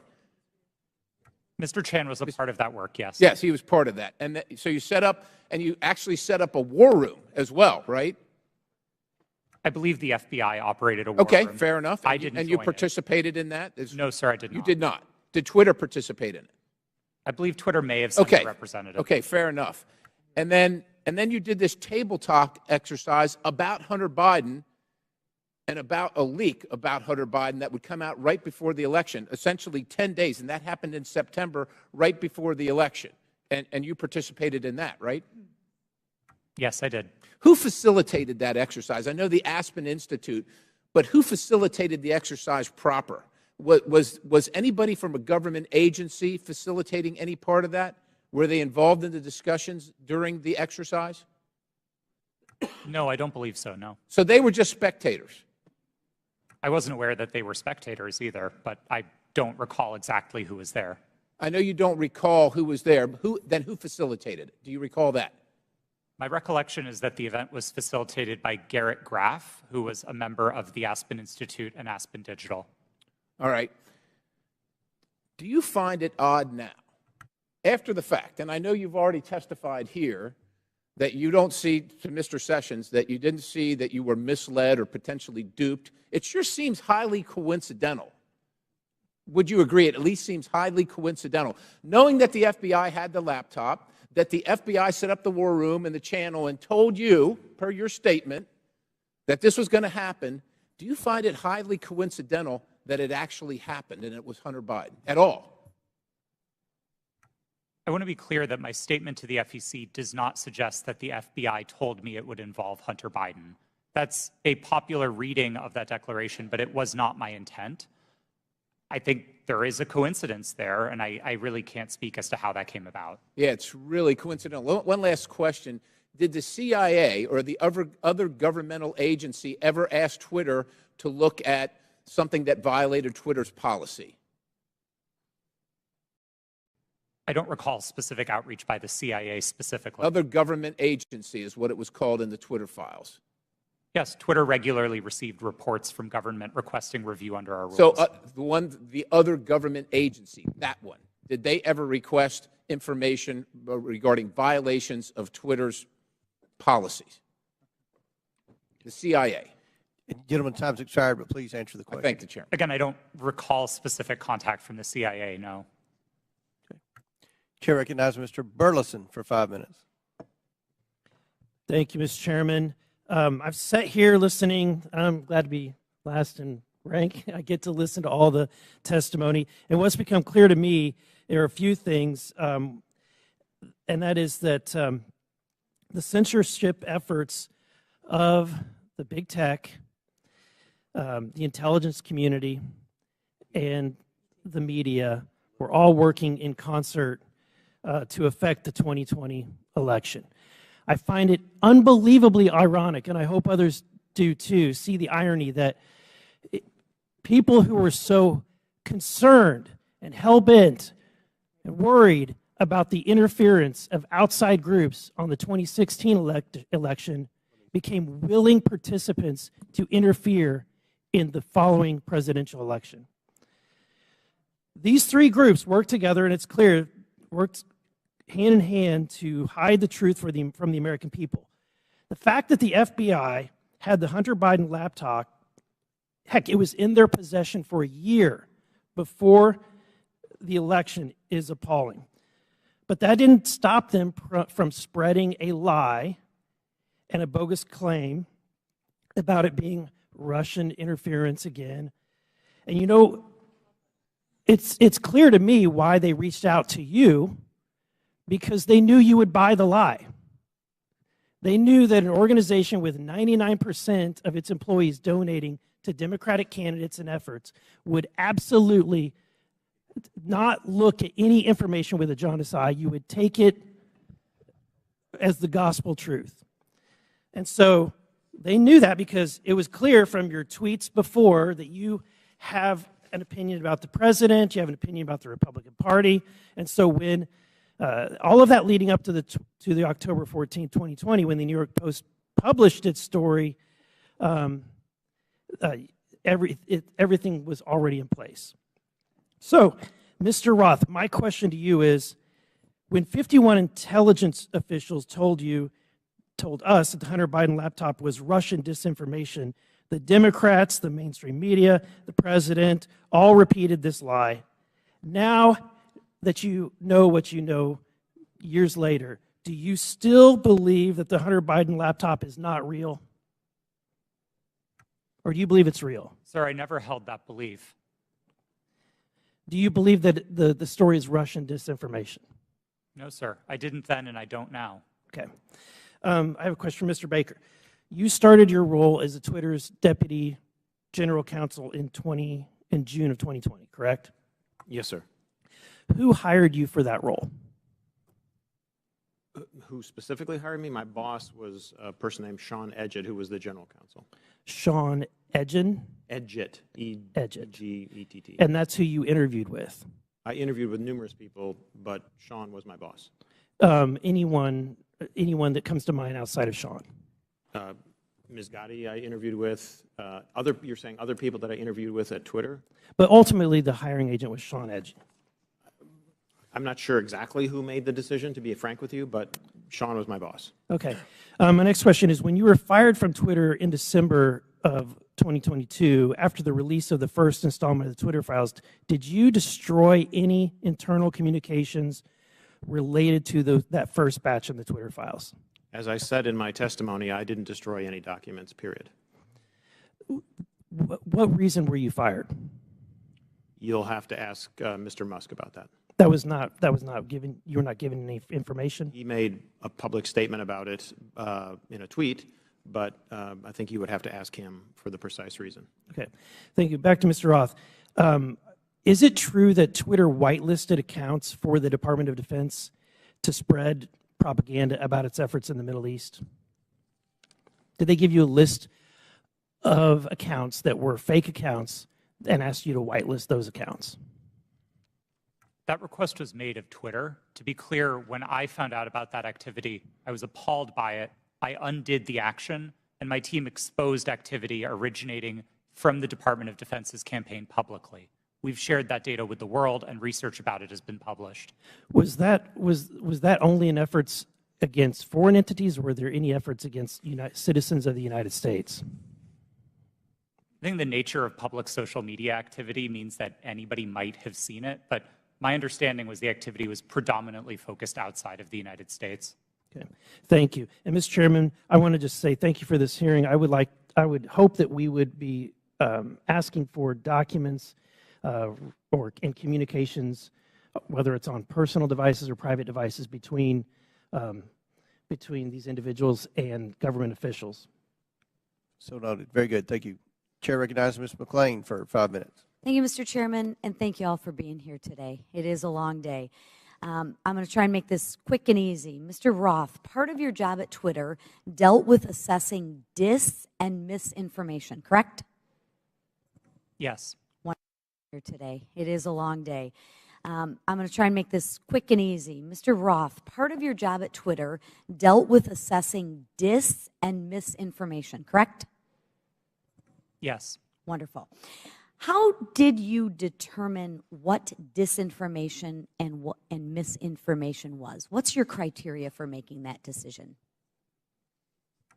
Twitter had established policies covering each of those areas, and I'll take them in turn.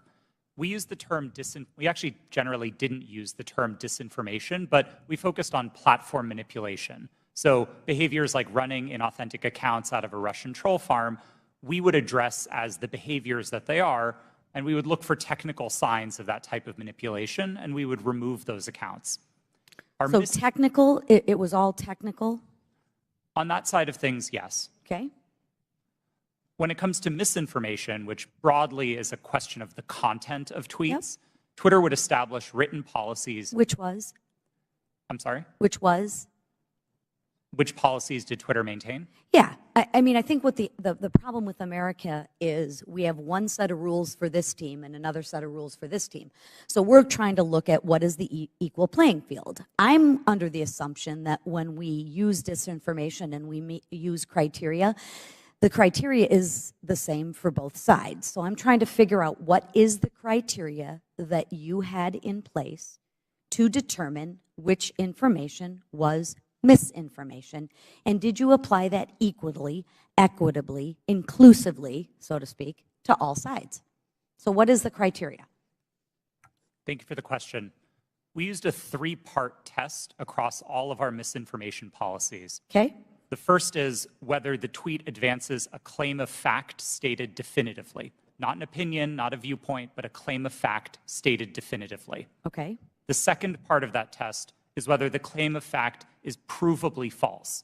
Not iffy, not maybe, not gray area, definitely provably by multiple expert sources false. And then finally, and this is a really important part, we looked for evidence that those claims of fact could cause harm. So if a tweet met all three parts of that test, that it's a claim of fact, that it's provably false, and that it's dangerous, Twitter might intervene under its policies. No part of that test is viewpoint-based.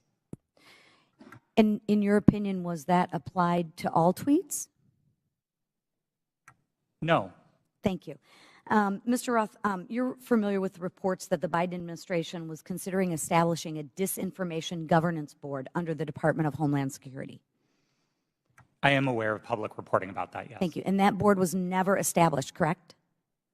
That's my understanding. That is correct.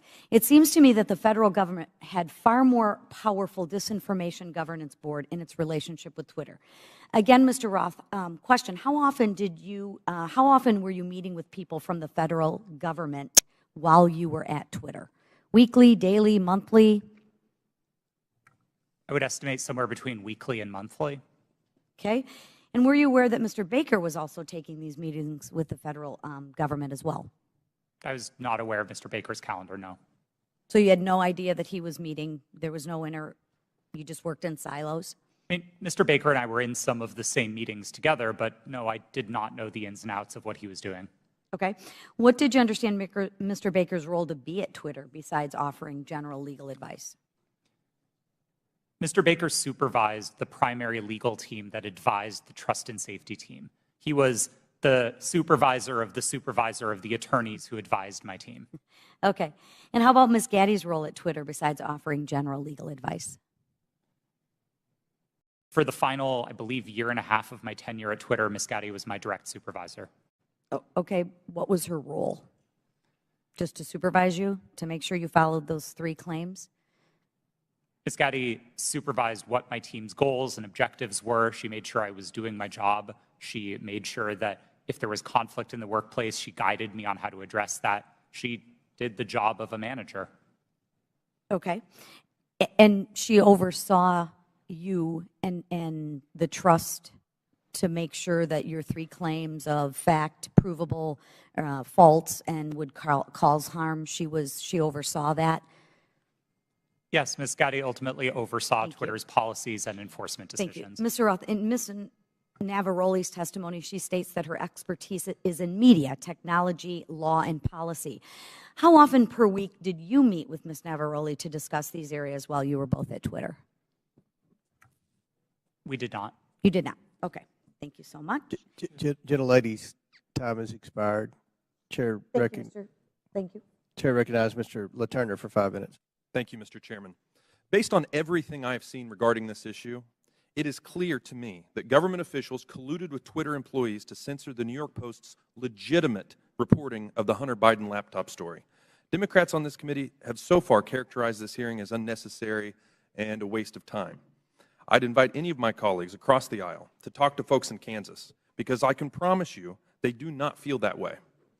In fact, my constituents are very concerned, and rightfully so, that a social media company collaborated with a government entity and a political party to suppress certain social media accounts and filter news ahead of an election cycle.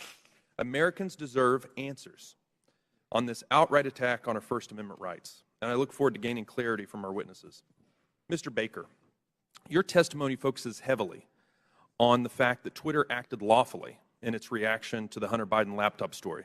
But this isn't a criminal trial. It's a congressional hearing. I'm here because my constituents are genuinely concerned that they will be kicked off these platforms for any statement that managers at those companies disagree with. They feel that social media companies like Twitter are forcing them to play a game that they don't know the rules to. I want to know your opinion on if you think it is appropriate for people in positions of power to determine what information gets shared. If not, what criteria is acceptable for making those determinations? Excuse me, sir, that's a very broad question on people in power. I'm not sure I can answer that effectively and address your... Could you try? Well, I mean, the Congress is in power. Congress is restricted by the Constitution of the United States. Congress passes laws. Those laws impact how, for example, private sector actors exercise their power or spend their money, that type of thing.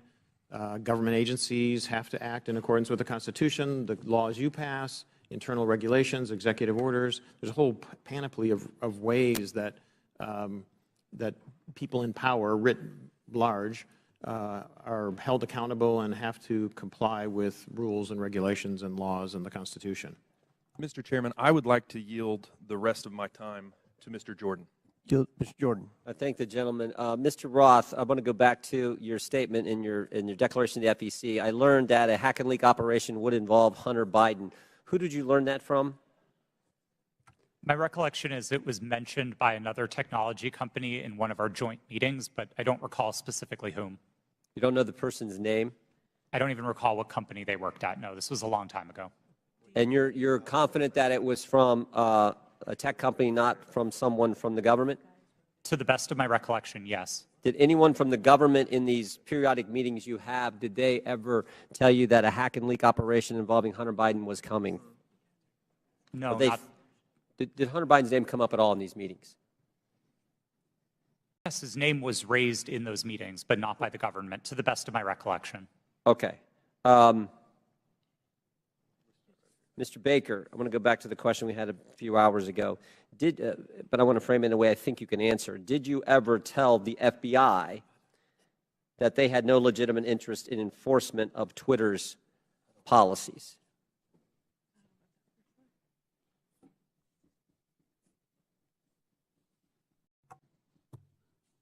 I don't think I understand. I think I understand the question. I don't recall ever having such a conversation with the FBI.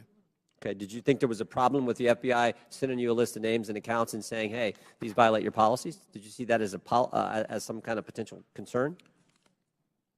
I was always concerned that the FBI adhered to the Constitution and laws of the United States. Period. And you didn't think that crossed the line? Well, what crossed the line, sir? What I just asked you. That the idea that they're sending you a list of accounts that they say these violate your terms of service. Again, I'm making sure that I can answer the question.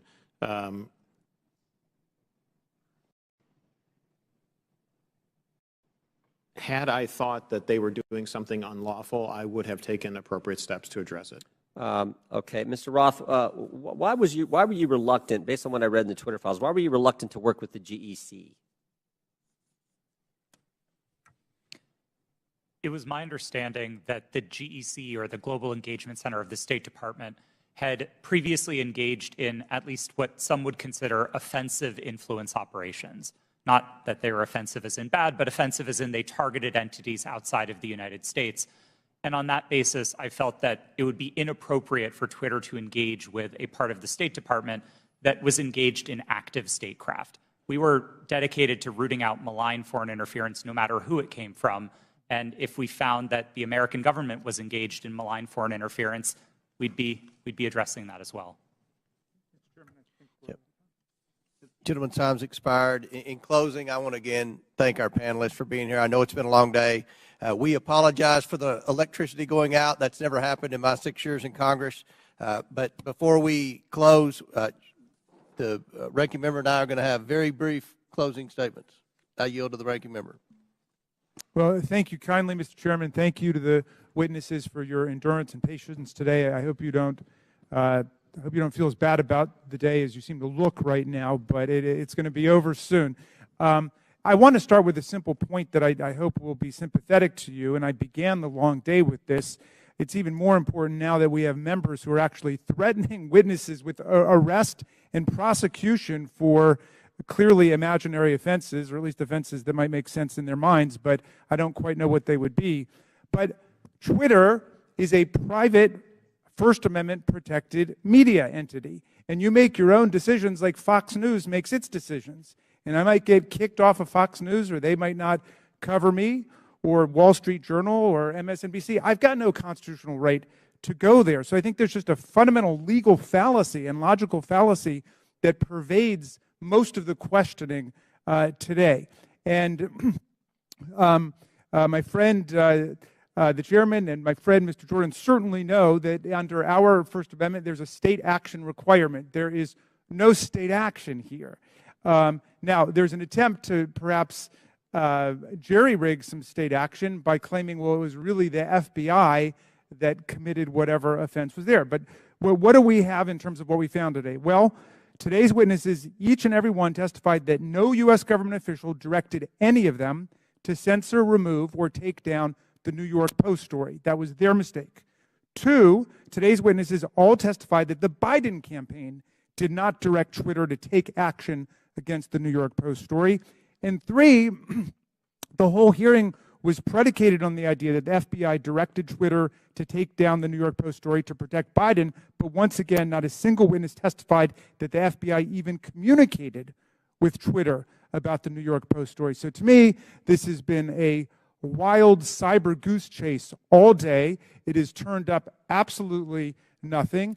But there was one serious point made by our witness, Ms. Navaroli, who said that the violence and the chaos that was wreaked upon this institution, not far from where we sit today, on January 6th, the attempt to topple a presidential election and install someone who had not been elected as president, was facilitated by Twitter and other social media entities. And at Twitter, at least, the brass there specifically rejected the pleas of employees to take seriously all of the signs and clues of coming violence in the insurrectionary action that took place. That's a serious problem that we're going to have to deal with at some point at a serious hearing, Mr. Chairman. I yield back to you. Gentleman yields back. I will conclude by reminding my friend, the ranking member, that you've gone through quite the transition at the beginning of the hearing. You, as well as many of your colleagues, said this was a conspiracy theory. After listening to the witnesses, now you say it's a simple mistake they made in suppressing the laptop story. Twitter is a private company, but they enjoy special liability protection, Section 230. They also, according to the Twitter files, receive millions of dollars from the FBI, which is tax dollars, I would assume. And that makes it a concern of the Oversight Committee.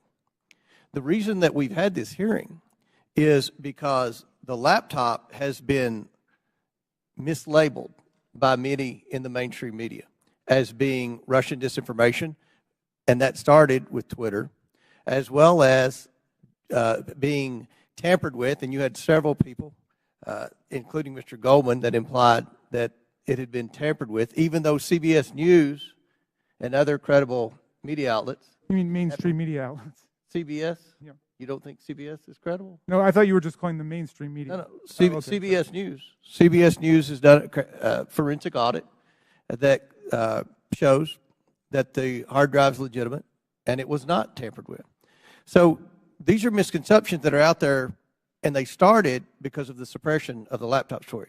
The reason the laptop's important is because there's evidence on there that should concern every American about potential corruption, as well as evidence that would suggest that there's a possibility that this administration could be compromised because of the millions and millions of dollars that they've received from our adversaries around the world. We believe that's worth investigating. We believe national security is important. We had a hearing yesterday on our border. We believe there's a crisis at the border, and it threatens our national security. We had a hearing today. We believe that we need to make sure that this administration is not compromised because of the millions of dollars that they've received from our adversaries around the world. That much of that evidence is contained in the laptop. So I think this was a very successful hearing.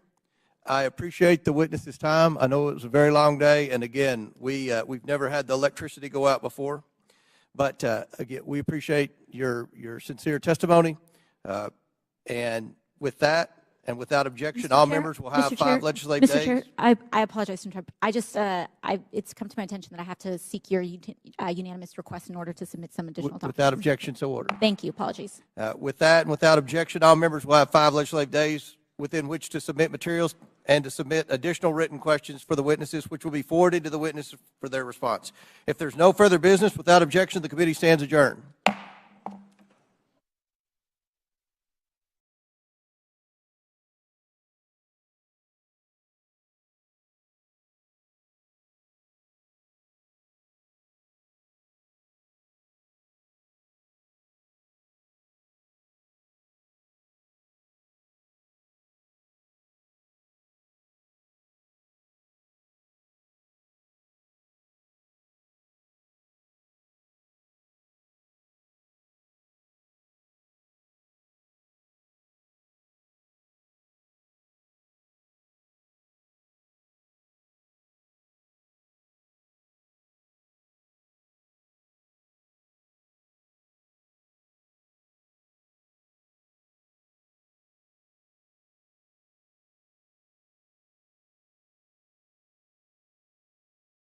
Other big tech companies and reporters attended as well.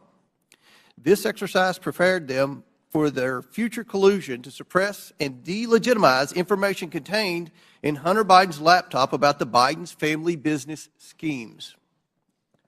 On October 14, 2020, the New York Post published its first story based on information contained in Hunter Biden's laptop story. The Post provided proof of the laptop's legitimacy by releasing a computer repair store's signed receipt for the laptop and the federal subpoena used by the FBI to retrieve it in 2019. The article revealed that a top executive at Burisma, who was paying Hunter Biden $50,000 a month, had spent time with then Vice President Biden in Washington, D.C. Throughout his presidential campaign, Joe Biden assured the American people that he had never spoken to his son about his overseas business dealing.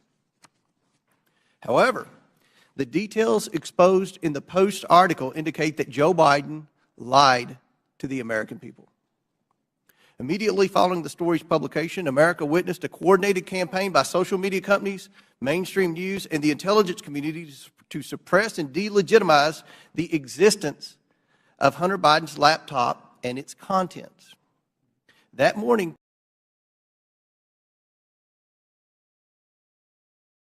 Twitter and other social media companies took extraordinary steps to suppress that story. Twitter immediately removed the story and banned the New York Post account. Twitter also banned accounts who shared the story, including White House Press Secretary Kylie McEnany, and blocked its transmission via direct message. This episode marked the first time Twitter directly limited the spread of information from a mainstream news organization. And the New York Post would not get its account back for 2 weeks. Twitter would finally admit its mistake, but the damage had already been done. On October 19th, 51 former intelligence officials published a letter that Hunter Biden's laptop was Russian disinformation, which Joe Biden used as a talking point at a presidential debate on October 22nd. But we all know now this was not Russian disinformation. It wasn't disinformation. I want to make sure the American people truly understand the timeline here because it's very important. The Hunter Biden laptop story was published on Wednesday. Twitter did not acknowledge a mistake for at least 24 hours. Then on Monday morning, 51 former intelligence officials published their letter. That letter was then wholeheartedly accepted by mainstream news as proof that the laptop was fake. Joe Biden used that letter to brush aside the few questions he received about the story. During that time, the mainstream media was more concerned about what flavor of ice cream Joe Biden had ordered on a particular day. All this happened 2 weeks before the 2020 election. 2 weeks. One survey found that 17% of Biden voters would not have voted for the Biden-Harris ticket if they had known about the Biden laptop. But many Americans did not know about it because of a coordinated cover-up by big tech, the swamp, and mainstream news. Now mainstream media outlets have verified the laptop, but the damage has been done. Today we are joined by 3 former high-ranking employees at Twitter. Vijaya Gaddy, Twitter's former top lawyer, James Baker, Twitter's former deputy general counsel, and Yoel Roth, Twitter's former head of trust and safety. We are also joined by Annika Collier-Navaroli, Twitter's former head of trust and safety. A former Twitter member of U.S. safety policy team. Let me get that right. I would like to thank you all for your participation in today's hearing. We owe it to the American people to provide answers about this collusion to censor information about Joe Biden's involvement in his family's business schemes. With that, I yield to the ranking member for his opening statement. Thank you kindly, Mr. Chairman. Last night in his State of the Union address, over all the heckling, President Biden reviewed significant achievements his administration and congressional Democrats are delivering for the American people: the lowest unemployment rate in over 50 years, a manufacturing boom in clean energy, semiconductors, and infrastructure, expanding health care for veterans and lowering prescription drug costs for seniors and people with diabetes, beating the opioid epidemic and addressing our national mental health crisis, historic action on climate change. But this morning, we return not to focus on advancing this robust agenda of progress, but instead to take up an authentically trivial pursuit, all based on the obsessive victimology of right-wing politics in America. The majority has called a hearing to revisit a 2-year-old story about a private editorial decision by Twitter not to allow links to a single New York Post article made for a 2-day period that had no discernible influence on anyone or anything. The New York Post published the article on its own pages, and it was carried by lots of other media outlets. It was widely discussed, including on Twitter itself, even during the brief moment in time when links weren't provided, and it was a fixture in right-wing media for the next 3 weeks before the election. I think even the chairman and other members of this committee were out on TV and social media talking about it. But instead of letting this trivial pursuit go, my colleagues have tried to whip up a faux scandal about this 2-day lapse in their ability to spread Hunter Biden propaganda on a private media platform. Silly does not even begin to capture this obsession. What's more, Twitter's editorial decision has been analyzed and debated ad nauseum. Some people think it was the right decision. Some people think it was the wrong decision. But the key point here is that it was Twitter's decision. Twitter is a private media company. In America, private media companies can decide what to publish or how to curate content however they want. If Twitter wants to have nothing but tweets commenting on New York Post articles run all day, it can do that. If it makes such tweets mentioning the New York Post never see the light of day, they can do that too. That's what the First Amendment means. Twitter can ban Donald Trump for inciting violent insurrection against the Union, as he was impeached by the House of Representatives, and as 57 of 100 senators found he did. And it can also try to resurrect his political career. Elon Musk just purchased Twitter and therefore controls its editorial content. And among the first things he did was to fire some people, hire some people, denounce some prior decisions, and reinstate an unrepentant and still clearly lying Donald Trump to the platform. Those decisions, however heroic or imbecilic you think they might be, are protected by the First Amendment in the United States of America. Officially, Twitter happens to think they got it wrong about that day or two period. In hindsight, Twitter's former CEO, Jack Dorsey, called it a mistake. This apology might be a statement of regret about the company being overly cautious about the risks of publishing contents of potentially hacked or stolen materials, or it may reflect craven surrender to a right-wing pressure campaign. But however you interpret it, the apology just makes the premise of this hearing all the more absurd. The professional conspiracy theorists who are heckling and haranguing this private company have already gotten exactly what they want, an apology. What more do they want? And why does the U.S. Congress have to be involved in this nonsense when we have serious work to do for the American people? But what makes this hearing tragic is that if our colleagues really wanted to examine a serious problem involving American democracy and social media, my friends, it is staring us in the face right now. Twitter and other social media companies acted as central organizing and staging grounds for the January 6th violent insurrection against Congress and against Vice President Pence. Twitter became the national and global platform for incitement to seditious violence against our government, and a forum on the day of attack for coordinating logistical movements and tactical maneuvers in the mob violence against our police officers.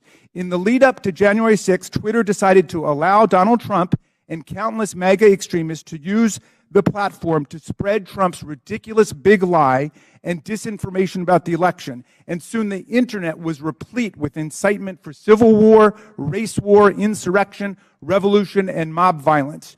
Twitter did so despite increasingly desperate appeals from its own employees to act in the interests of public safety approaching January 6th. The First Amendment is robust and expansive, but it stops at this point. It does not protect anyone's right to engage in incitement to imminent lawless action and violent action against the government or against other people. This is the Brandenburg Principle. There's no carve-out to free speech for speech relating to the New York Post or Hunter Biden or laptops, but there is a significant carve-out when the speech is deliberately calculated to produce imminent violence and chaos against the government. That's why Twitter's deliberate indifference to Trump's big lies and incitement, its decision to ignore the pleas of its own employees to deal with the impending explosion against our police and against Congress on January 6th are matters that require real investigation and reflection. Rather than conspiring to suppress right-wing MAGA speech, as my colleagues astonishingly claim, Twitter and other media companies knowingly facilitated Trump's spread of disinformation, or what his own sycophantic Attorney General William Barr would come to call bullshit, and gave voice to his followers' glorification of violence and calls for civil war. Today, we will hear from Anika Collier-Navaroli, a former Twitter employee turned corporate whistleblower and patriotic hero who raised the alarm inside Twitter and about numerous accelerating warning signs that she saw leading up to the violent and catastrophic attack on the Capitol on January 6, 2021. Ms. Navaroli is here today to publicly testify about how senior officials at Twitter resisted her efforts to put policies in place or to enforce existing policies to promote public safety and to defend our national security. Twitter management, however, did not want to cross Donald Trump.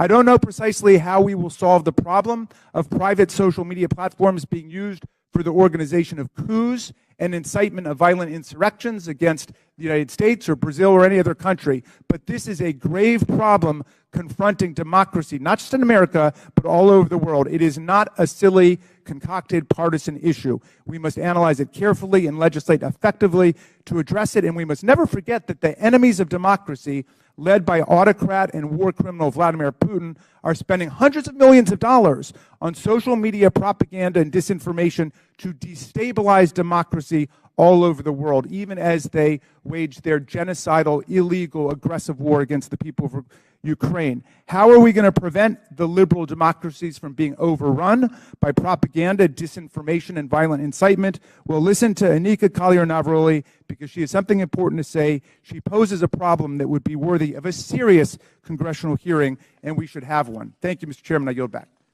Gentleman yields back. I want to thank, again, the witnesses for appearing here today. Today's witnesses are former Twitter employees. Vijaya Gaddy, Twitter's former general counsel. James Baker, Twitter's former deputy general counsel. Yoel Roth, Twitter's former head of trust and safety. And Anika Collier-Navaroli, a former member of Twitter's U.S. safety policy team. I want to remind everyone you all are appearing under subpoena by your own request. Pursuant to Committee Rule 9G, the witnesses will please stand and raise the right hands. Do you solemnly swear or affirm that the testimony you are about to give is the truth, the whole truth, and nothing but the truth, so help you God? Let the record show that the witnesses all answered in the affirmative. We will begin the 5-minute question portion of our hearing today. The chair recognizes. Oh, I apologize.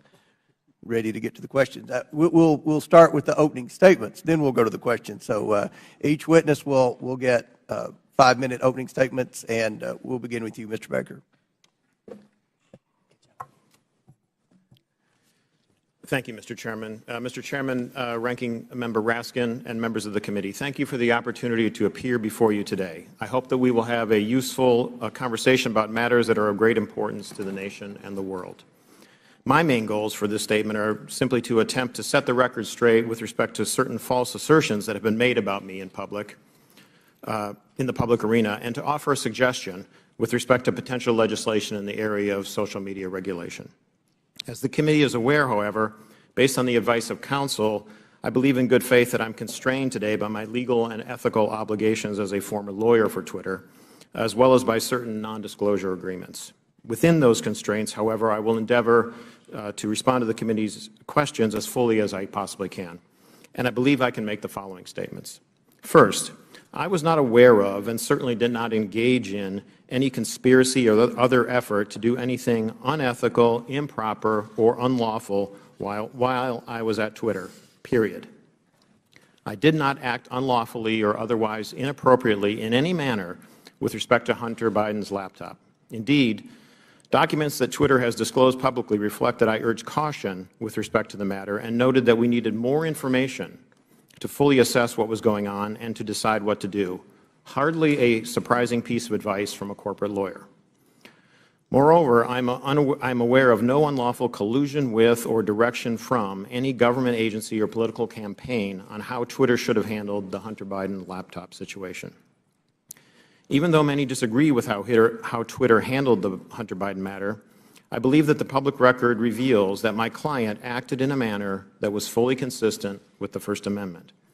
I think that the best reading of the law is that as a private entity, the First Amendment protects Twitter and its content moderation decisions. And I do not believe that the facts in the public record indicate that Twitter became a state actor as that concept is defined under existing precedent, such that the First Amendment would have constrained it. Second, I believe that at all times I executed my duties and responsibilities to my client, Twitter, lawfully and ethically. At no time was I an agent or operative of the government or any political actor when I worked at Twitter. To the contrary, I believe that I worked zealously and diligently within the bounds of the law in pursuit of my client's best interests. Third, I did not destroy or improperly suppress any documents at Twitter regarding information important to the public dialogue. At all times, I sought to help my client understand and comply with its legal obligations. It is worth noting that the public record indicates that after I left the company, attorneys or other unidentified third parties collected and or reviewed the contents of at least some of the Twitter files prior to their release. Fourth, Twitter disclosed publicly emails between me and Yoel Roth regarding one of Donald Trump's tweets about COVID. I do not have access to my Twitter emails, so I do not know if or how I responded to Mr. Roth. To the best of my recollection, I do not recall directing or urging him to take action with respect to Mr. Trump's tweet. Instead, what I recall is that I asked him a question so that I could better understand how he and others were implementing Twitter's COVID misinformation policy. Asking questions and learning more about what a client's activities are is what I think good lawyers should do, and again, hardly surprising. Fifth, the Twitter files reference prior investigations of me. It is true that the Department of Justice investigated certain aspects of my conduct while I was employed by the FBI related to the handling of certain information. Because I believe in the accountability for government officials, I cooperated with the department, including sitting for lengthy interviews. Eventually, the department closed the matter. No adverse action was taken with respect to me, and my security clearances while a government employee were never restricted because of the matter. In closing, Mr. Chairman, I want to return briefly to the general topic of government interaction with social media companies. The law permits the government to have complex, multifaceted, and long-term relationships with the private sector. Law enforcement agencies and companies can engage with each other regarding, for example, compulsory legal process served on companies, criminal activity that companies, the government, or the public identify, such as crimes against children, cybersecurity threats, and terrorism, and instances where companies themselves are victims of crime. When done properly, these interactions can be beneficial to both sides and in the interests of the public. As you, Mr. Chairman, Mr. Jordan, and others have proposed, a potential workable way to legislate in this area may be to focus on the actions of federal government agencies and officials with respect to their engagement with the private sector. Congress may be able to limit the nature and scope of those interactions in certain ways, require enhanced transparency and reporting by the executive branch about its engagements, and require higher-level approvals within the executive branch prior to such engagements on certain topics, so that you can hold Senate-confirmed officials, for example, accountable for those decisions. In any event, if you want to legislate, my recommendation is to focus first on reasonable and effective limitations on government actors. Thank you, Mr. Chairman.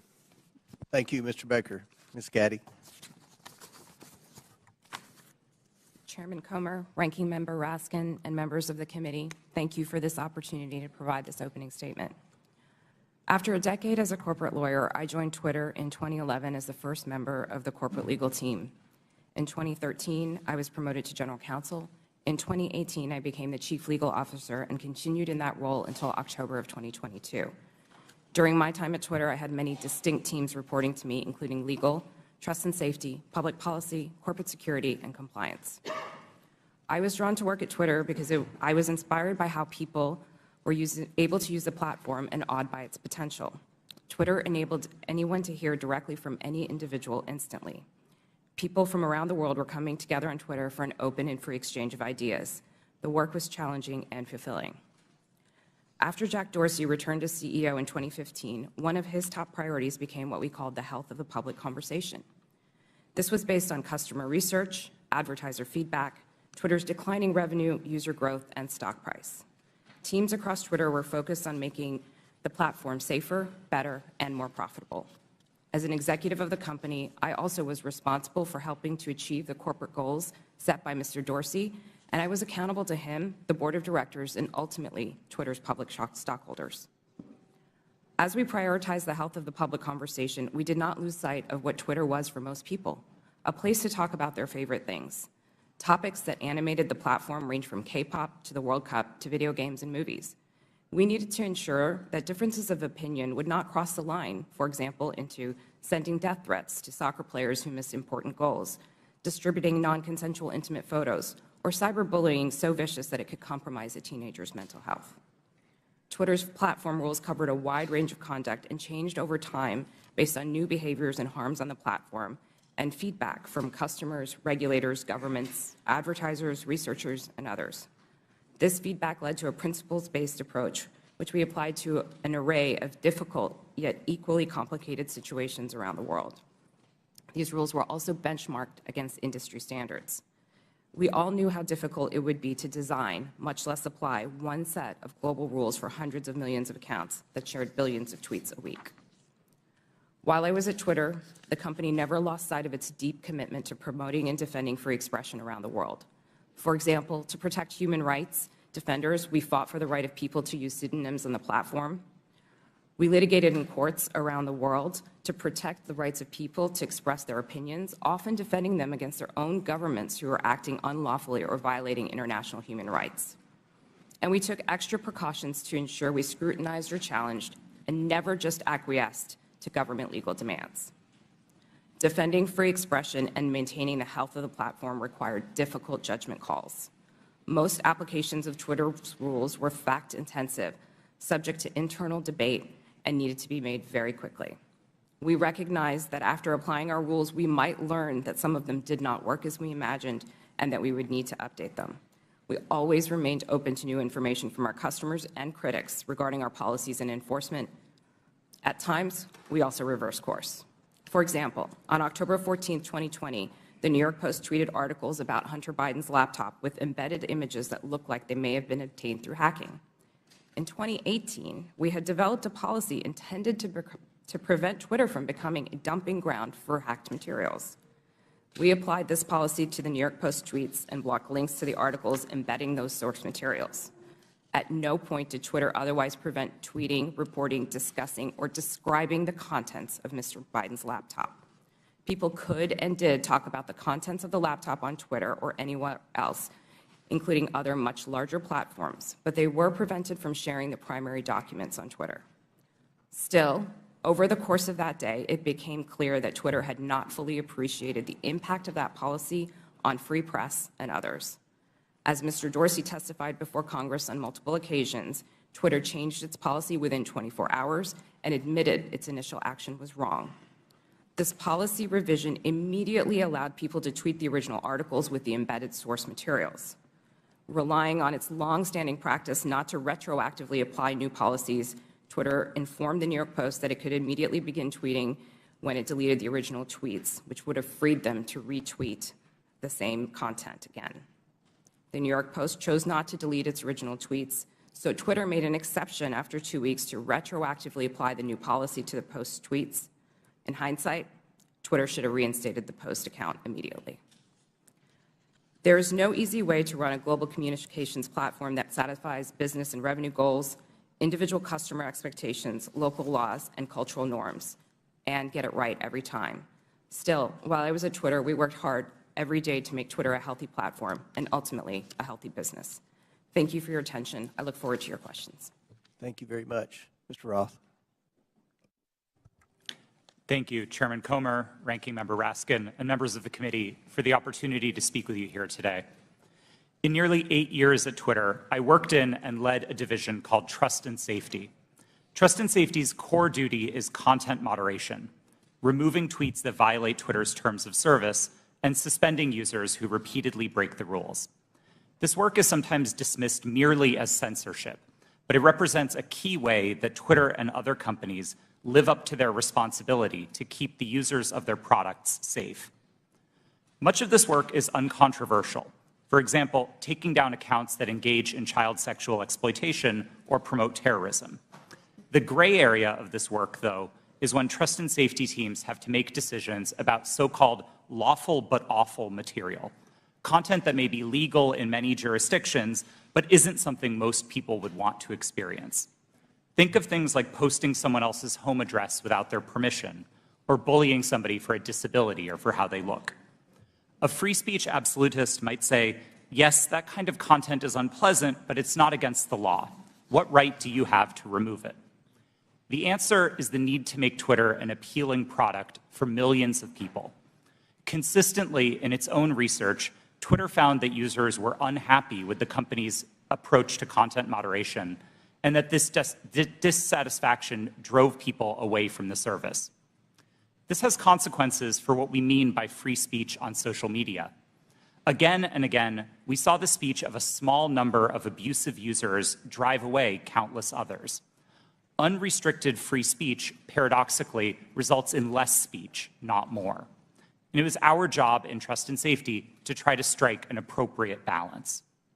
But the importance of this work goes far beyond Twitter's business prospects and into the realm of national security. In 2017, I led the team at Twitter that uncovered significant interference in an American election by agents of the Russian government. Their mission was to stoke culture war issues on social media to try to further divide Americans. My team and I exposed hundreds of thousands of these accounts from Russia, but also from Iran, China, and beyond. It's a concern with these foreign interference campaigns that informed Twitter's approach to the Hunter Biden laptop story.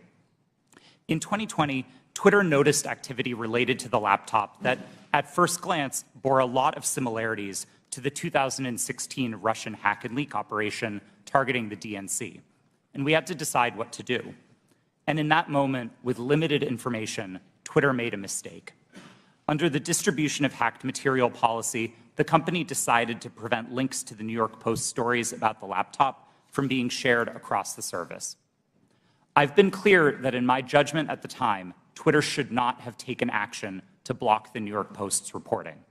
And just 24 hours after doing so, the company acknowledged its error. But the decisions here aren't straightforward, and hindsight is 2020. It isn't obvious what the right response is to a suspected but not confirmed cyber attack by another government on a presidential election. I believe Twitter erred in this case because we wanted to avoid repeating the mistakes of 2016. And so the basic job of trust and safety is to try to strike this balance between the harms of restricting too much speech and the dangers of doing too little. I'll be the first to admit that we didn't always get it right.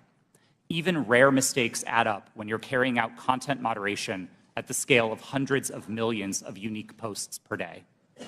While I was head of trust and safety at Twitter, I strove to do this work with impartiality and with a commitment to the fair enforcement of Twitter's written rules. But whether it's me or Elon Musk or someone else in the future, someone will have to make choices about the governance of online spaces. Those decisions should not be made behind closed doors or based on personal whims.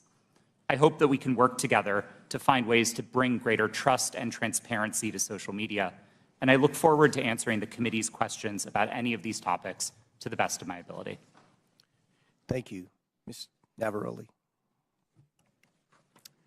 Good morning, Chairman Comer, Ranking Member Raskin, and members of the committee. Thank you so much for the opportunity to speak with you all today. I'm here because there is an urgent need for us to understand the impact that social media companies are having on our democracy. I will be very clear. I was not involved in the decision around Hunter Biden's laptop, but I was involved in decisions that were made leading up to, during, and after the January 6th attack on the Capitol. If we are going to talk about social media in the government, we need to talk about Twitter's failure to act before January 6th.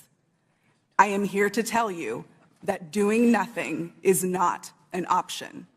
If we continue to do nothing, violence is going to happen again.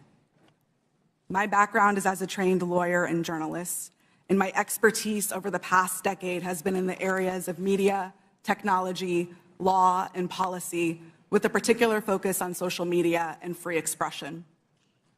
I joined Twitter in 2019, and by 2020, I was the most senior expert on Twitter's US safety policy team. My team's mission was to protect free speech and public safety by writing and enforcing content moderation policies around the world. These policies included things like abuse, harassment, hate speech, violence, and privacy. So if no other algorithm or no other human could decide if a tweet violated my team's policies, the safety team policy acted as the final moderators. If a high-profile individual like any member of this committee or President Trump tweeted something controversial, it was sent to my team's desk. Every day, we had to decide whether a particular piece of content equated to yelling fire in a crowded theater. My work at Twitter and subsequently at Twitch put me in the middle of key events in history. What I've learned from them is that social media played and continues to play a role in these events. And 2 years after January 6th, we still need to better understand the role that Twitter played in order to prevent it from happening again. So what do we need to understand? First, Twitter's leadership bent and broke their own rules in order to protect some of the most dangerous speech on the platform. I'm going to talk a little bit about what happened in the months leading up to January 6th. During this time, my team worked to try to minimize the threat of violence that we saw coming. After President Trump instructed the Proud Boys to stand back and stand by in a debate, we considered the danger that that statement would have if it was tweeted. So we crafted what we called a coded incitement to violence policy to address dog whistles like this. Instead of approving it, management bent over backwards to find ways to not approve it. On January 5th, when the policy was still not approved, I led a meeting where one of my colleagues asked management whether someone was going to have to get shot before we were allowed to take down tweets. Another colleague looked up live tweets and read them to management to try to convince them of the seriousness of the issue. Still, no action was taken. On the morning of January 6th, I sent Twitter lawyers a message warning them that our team was hamstrung by leadership. 2 days later, when it looked like it was going to happen all over again, I asked management whether they wanted more blood on their hands. Only then did they act. The second problem is that there is way too much power concentrated in the hands of too few. With January 6th and many other decisions, content moderators like me did the very best that we could. But far too often, there are far too few of us, and we are being asked to do the impossible. For example, in January 2020, after the U.S. assassinated an Iranian general and the U.S. president decided to justify it on Twitter, management literally instructed me and my team to make sure that World War III did not start on the platform. No person, people, or company should have that kind of unchecked power or that kind of responsibility. The modern-day public conversation should not be susceptible to the whims of any one individual or any one company. Fixing the systemic issues that lead to bad decisions is not going to be easy, but people like me who have been in the trenches can help lead the way. But I must say, coming forward and offering this information is risky and it is difficult. Doxing and harassment are real, and people are afraid to tell what they know. So we need to make sure that there are protections for those who speak the truth. We need to create space to hear from people on the front lines. We need to give them protection so they can share their experiences. Only then can we begin to understand the full scope of the problem and to find solutions. There is far too much at stake for us to do nothing. Thank you. Thank you all. Excellent opening statements. Now we'll begin with the question portion. We'll begin by recognizing Mr. Biggs for 5 minutes. Thank you, Mr. Chairman. Mr. Roth, within just mere minutes or hours after the New York Post published its story on the Hunter Biden laptop, at 8:51 a.m., you sent a message to a team, part of your team, I assume, and you said it isn't clearly violative of our hacked materials policy, referring to the story, nor is it clearly in violation of anything else. Do you remember sending that message? Thank you for the question, Congressman. I don't recall that message specifically, but that does sound like my judgment on that day, yes.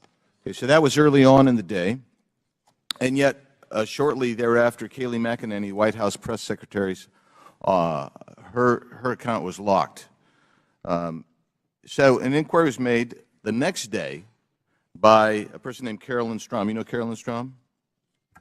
Yes, sir, I do. Yeah, and Carolyn Strom asked what's going on here, and somebody named Elaine Ong Soto said the user was bounced by site integrity for violating our hacked materials policy. Do you remember that incident? Yes, sir, I do. And somebody named Trenton Kennedy said, I'm struggling to understand the policy basis for marking this as unsafe. And I think the best explainability argument, now that may be a technical term for you, but for me it looks like we're trying to create a narrative here to cover our butt. The best explainability argument for this externally will be that we're waiting to understand if this story is the result of hacked materials. Do you remember Mr. Kennedy's communication? Yes, I do. Yeah. And so then we get into a whole series of things written by Mr. Baker going back and forth. And he says on that same day, now at 9:26, which is about a half an hour after your statement that you don't think that anything's been violated here, he says, I've seen some reliable cybersecurity folks question the authenticity of the emails in another way. And then you seem to later, but by the way, that's almost inconceivable. I mean, it just seems inconceivable that would have happened so quickly that he would have that. And then you sent out something right after that said, the key factor informing our approach is consensus from experts monitoring election security and disinformation that this looks a lot like a hack and leak that learned from the 2016 WikiLeaks approach. I'm wondering if you can name for me today any of the experts that seem to have a consensus at 10:12 a.m. on the morning of October 14th that you put out saying that we're going to rely on some group of experts. Who were they? Thank you for the question. Twitter did not give me access to any of my documents or emails to prepare for this hearing, and so unfortunately I can't give you a direct answer. Were there, Mr. Roth, were there experts? Were there people that you consulted that were cybersecurity experts between 9 a.m. and 10:15 a.m. on that day? My recollection is that we were following discussions about this incident as they unfolded on Twitter. So cybersecurity experts were tweeting about this incident and sharing their perspectives, and that informed some of Twitter's judgment here. But I want to emphasize, as I said in my statement, I didn't think that the evidence or those perspectives warranted removal, and I advocated against taking that action. I understand. Let's look at one other document. Our teams made the determination that the materials fall under our hacked materials policy. It's my understanding from reports and internal sources that normally a hacked material policy would require a government official or law enforcement determination that there had actually been a hacked account before that hacked policy were to be in place or imposed. Is that accurate? No, sir, it's not. So the policy did not require that there be any kind of official finding by the government, by a government source? No, there were a number of different types of evidence that we considered under the policy. Certainly government attribution would be a powerful one, but we also looked So you weren't looking, that wasn't determinative is what we're saying? In that instance, we did not have any specific information from any government source, no. I'm going to read something that applies to this and several other things from the Twitter stack that you guys had. This might be an unpopular opinion, but one-off ad hoc decisions like this that don't appear rooted in policy are, in my humble opinion, a slippery slope and reflect an alternatively equally dictatorial problem. Quite frankly, that's what the essence of all four of your testimony, I realize you're trying to fight against it, but you exercised an amazing amount of clout and power over the entire American electorate by even holding them hostage for 24 hours, reversing your policy, and then they're like, well, we want to go back with the originals. That's 24 hours, or 2 weeks, that you imposed your will on the American electorate. I'll yield back, Mr. Chairman. Gentleman, time's expired. He went 30 seconds over. I'll give the ranking member an extra 30 seconds. You're very fair-minded, Mr. Chairman. Mr. Roth, let me start with you. Did I hear you correctly to say that there were thousands or even hundreds of thousands of counterfeit Twitter accounts set up by Russian propaganda and disinformation for Vladimir Putin to pump his poison into the bloodstream of American social media? Is that right? That's right, sir. And that's not just past tense. Those accounts are active on social media today. This is an ongoing campaign. Well, we should be having a hearing about that. I appreciate your alerting to us what's taken place. Ms. Navaroli, so you've testified that in the months leading up to the November 2020 election and then in the weeks before January 6th, you were growing increasingly anxious about the violent rhetoric and incitement that you saw posted on Twitter. Can you describe specifically what made you so concerned during that period? And did you raise your concerns with people at Twitter? Thank you for that question. As I said in my opening statement, after former President Trump in his debate said the statement, stand back, stand by to the Proud Boys, my team, in discussion with other teams at Twitter, realized that we had a gap in our policies and that could not be said on the platform because it would have gone too far.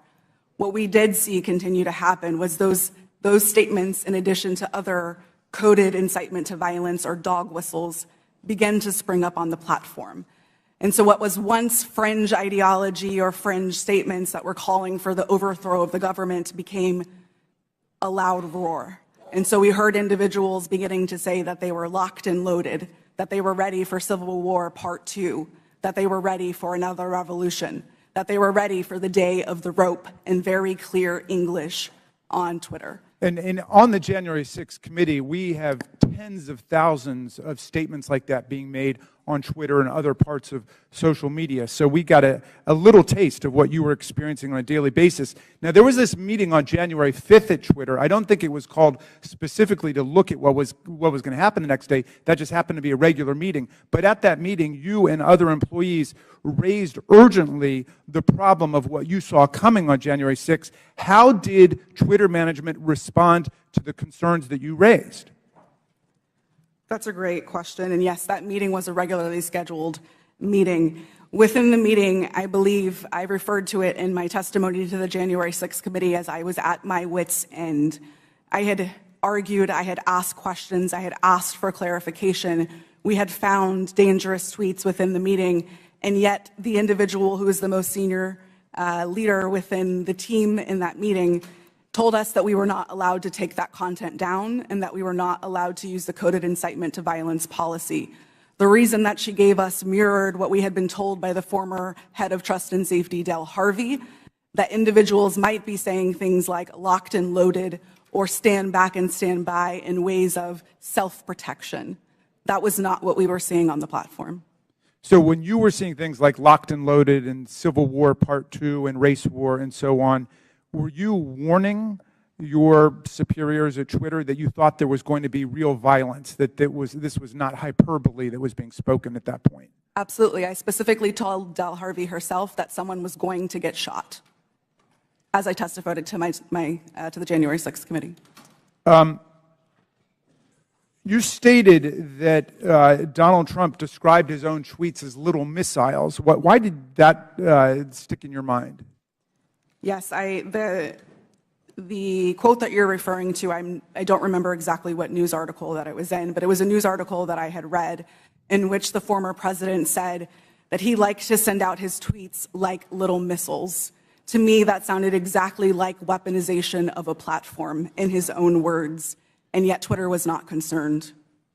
All right. Well, again, this bears a complete hearing on its own. This is a real issue, unlike something that happened a couple of years ago for 24 hours that has already disappeared in the sands of time. But this is facing us today. As you say, those right-wing violent forces are still out there, and the social media can still be used as a channel for incitement to violent action against state legislatures, school boards, the Capitol of the United States, Congress, and so on. How do we prevent this from happening in the future, and do you think that Twitter is dealing with this problem effectively now? As I said in my opening statement, we have to do something. There is too much at stake for us to continue to do nothing. And this question of how do we prevent it is a big one. Unfortunately, I do not believe that we are at a place that we can come to solutions because we do not know how these companies work. We must continue to hear from individuals like myself. We must have a seat at the table to be able to share our experiences, because our experiences and the ways that we have succeeded, the ways that we have failed, hold the key to our futures and the key to our democracies. All right, thank you, Mr. Chairman. I would just say I was skeptical about revisiting the whole New York Post thing, where there have already been congressional hearings and they've already apologized for their little lapse, but this is a serious issue, and so I'm glad we at least have the opportunity to begin to talk about it in public. And I yield back to you. Thank you. Gentleman yields back. I'll recognize myself now for questioning. The Biden family investigation begins with the story of how big tech, the media, former intelligence agents, and the Bidens themselves suppressed the story of Hunter Biden's laptop weeks before the 2020 election. Today, we're hearing from Twitter executives who buried the New York Post laptop story, claiming it violated the platform's hacked materials policy. In reality, the Twitter executives were hostile towards conservatives and biased towards anyone who opposed their points of view. For example, Mr. Roth, did you write this tweet? I regret the language that I used in some of my former tweets, but yes, I did post that. And I'll read the tweet so it's in the record. Yes, that person in the pink hat is clearly a bigger threat to your brand of feminism than actual Nazis in the White House. Mr. Roth, do you think all conservatives are Nazis? Certainly not, sir. What about the hundreds of people who worked in the Trump administration? Certainly not. Did Ms. Gaddy or any other lawyer at Twitter ever tell you to take down that tweet? No, Twitter did not have a practice of restricting employees sharing their personal viewpoints on the service. Okay. Turning back to the laptop, Ms. Gaddy, are you aware that Hunter Biden's lawyers, as recently as last week, wrote the Department of Justice about Hunter Biden's laptop? I've seen some articles about that. Yes, they did. And it appears that Hunter Biden's attorney is admitting that the laptop and emails on it are authentic. So, Ms. Gaddy, on October 14, 2020, did Hunter Biden report to Twitter that he was the victim of a hack? No, I don't believe he did. Ms. Gaddy, when the New York Post initially broke the story about the laptop, did you call Hunter Biden's lawyer to ask if it was authentic? No, I did not. Isn't it correct that the Biden campaign had contact with Twitter in the run-up to the 2020 election? Not to my knowledge. And you're telling this committee that you didn't ask any Biden representative if the laptop was real or for Hunter Biden's attorney's phone number to confirm its authenticity? We did not speak to anybody related to that. Mr. Baker, are you aware that the FBI had Hunter Biden's laptop since December of 2019? I'm sorry, am I aware of that now? Well, were you aware then? Then, no. I don't believe, sir, that to the best of my recollection, I don't think I knew But that. you're aware now? I've heard that now, yes. Mr. Baker, did you call any of your contacts at the FBI to ask whether or not they knew if the material had been hacked? I don't recall contacting them about that on that day. Mr. Roth, Ms. Gaddy, and Mr. Baker, it appears to me that you failed at your jobs. You were entrusted with the highest level of power at Twitter, but when you were faced with the New York Post story, instead of allowing people to judge the information for themselves, you rushed to find a reason why the American people shouldn't see it. In a matter of hours, you were deciding on the truth of a story that spans years and dozens of complex international transactions. You did this because you were terrified of Joe Biden not winning the election in 2020. That's what it appeared. I can assure you this committee will succeed in holding the Bidens accountable. So much of the evidence of wrongdoing from this family is located in that hard drive that you all led the American people to believe was Russian disinformation, when in fact it was not. Now, I agree with Mr. Baker's opening statement. The concern for me is the level of involvement the FBI had with not just Twitter, but all of our social media platform companies. And I think it kind of goes in the opposite direction of where my friend, the ranking member, was trying to take this in his opening statement. This is something this committee should be concerned about. The government doesn't have any role in suppressing speech. And that's something the media should be very concerned about. What if there's a conservative president that somehow cleans out our FBI and they put in conservatives to suppress liberal speech? That's something that should never happen.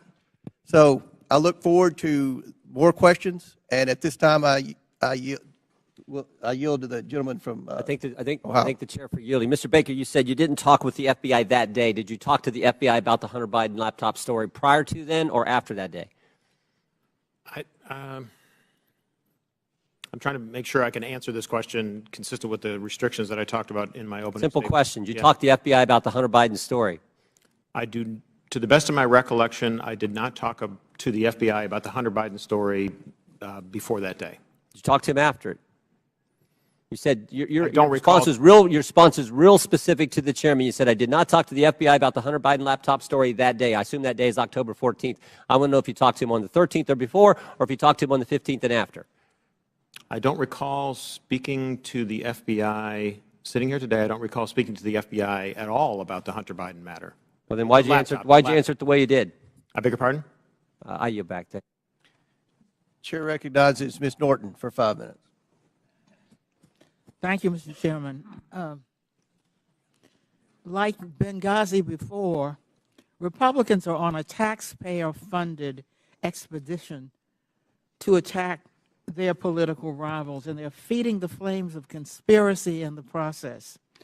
With the release of the so-called Twitter files, Donald Trump has seized the moment to further his own conspiracies about the 2020 election, writing in December, and I quote, "Do not throw the presidential election results of 2020 out and declare, do you throw the presidential election results of 2020 out and declare the rightful winner, or do you have a new election? A massive fraud of this type and magnitude allows for the termination of all rules, regulations, and articles, and even those found in the Constitution," end quote.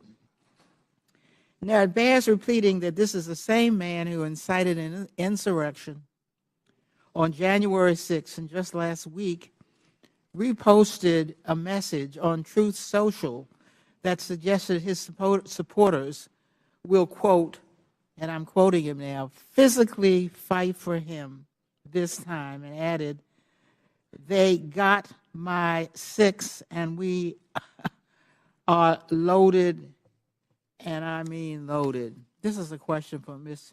Navarrete. What did the phrase "locked and loaded" mean to you while you were at Twitter prior to January 6th? Yes, thank you for that question. The way that I read "locked and loaded" to be interpreted by the tweets that I saw coming on Twitter prior to January 6th was that individuals were loaded, were armed, and that they were ready to commit violence. Are you concerned that the use of this language will continue to incite and legitimize political violence leading to the next election? Absolutely. We are sitting exactly 1 month in which the exact same playbook was played in Brazil, and we saw almost deja vu happening again. As I said in my opening statement, unless we do something, this will continue to happen again. Thank you, Ms. Navarrete. Mr. Roth, you are no stranger to conspiracies and their real-world consequences. If you don't mind, can you please describe for the committee how the release of the so-called Twitter files has affected your personal safety? Thank you for the question, Congresswoman. The Twitter files, I would note first and foremost, didn't just affect me, but affected much more junior employees at Twitter. Employees as far away as Manila in the Philippines were doxxed, had their families threatened, and experienced harm equal to or greater than what I've experienced. But concurrent with the Twitter files, Elon Musk also made the decision to share a defamatory allegation that I support or condone pedophilia. And this lie led directly to a wave of homophobic and anti-Semitic threats and harassment against me, of which Twitter has removed vanishingly little. And following the Daily Mail's decision to publish where I live, ultimately I had to leave my home and sell it. Those are the consequences for this type of online harassment and speech. Well, I must say, those are very real consequences. By legitimizing unsubstantiated conspiracy theories about the deep state, big tech, and government censorship for political gain, committee Republicans are holding a match to a powder keg.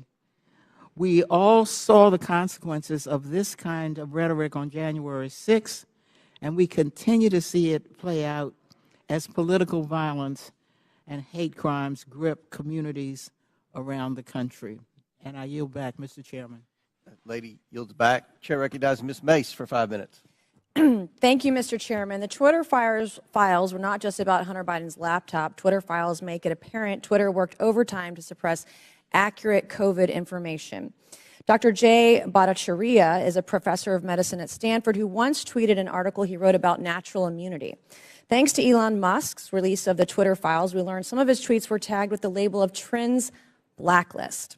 Apparently, the views of a Stanford doctor are disinformation to you people. I, along with many Americans, have long-term effects from COVID. Not only was I a long hauler, but I have effects from the vaccine. It wasn't the first shot, but it was the second shot that I now developed asthma that has never gone away since I had the second shot. I have tremors in my left hand, and I have the occasional heart pain that no doctor can explain, and I've had a battery of tests. I find it extremely alarming Twitter's unfettered censorship spread into medical fields and affected millions of Americans by suppressing expert opinions from doctors and censoring those who disagree with the CDC.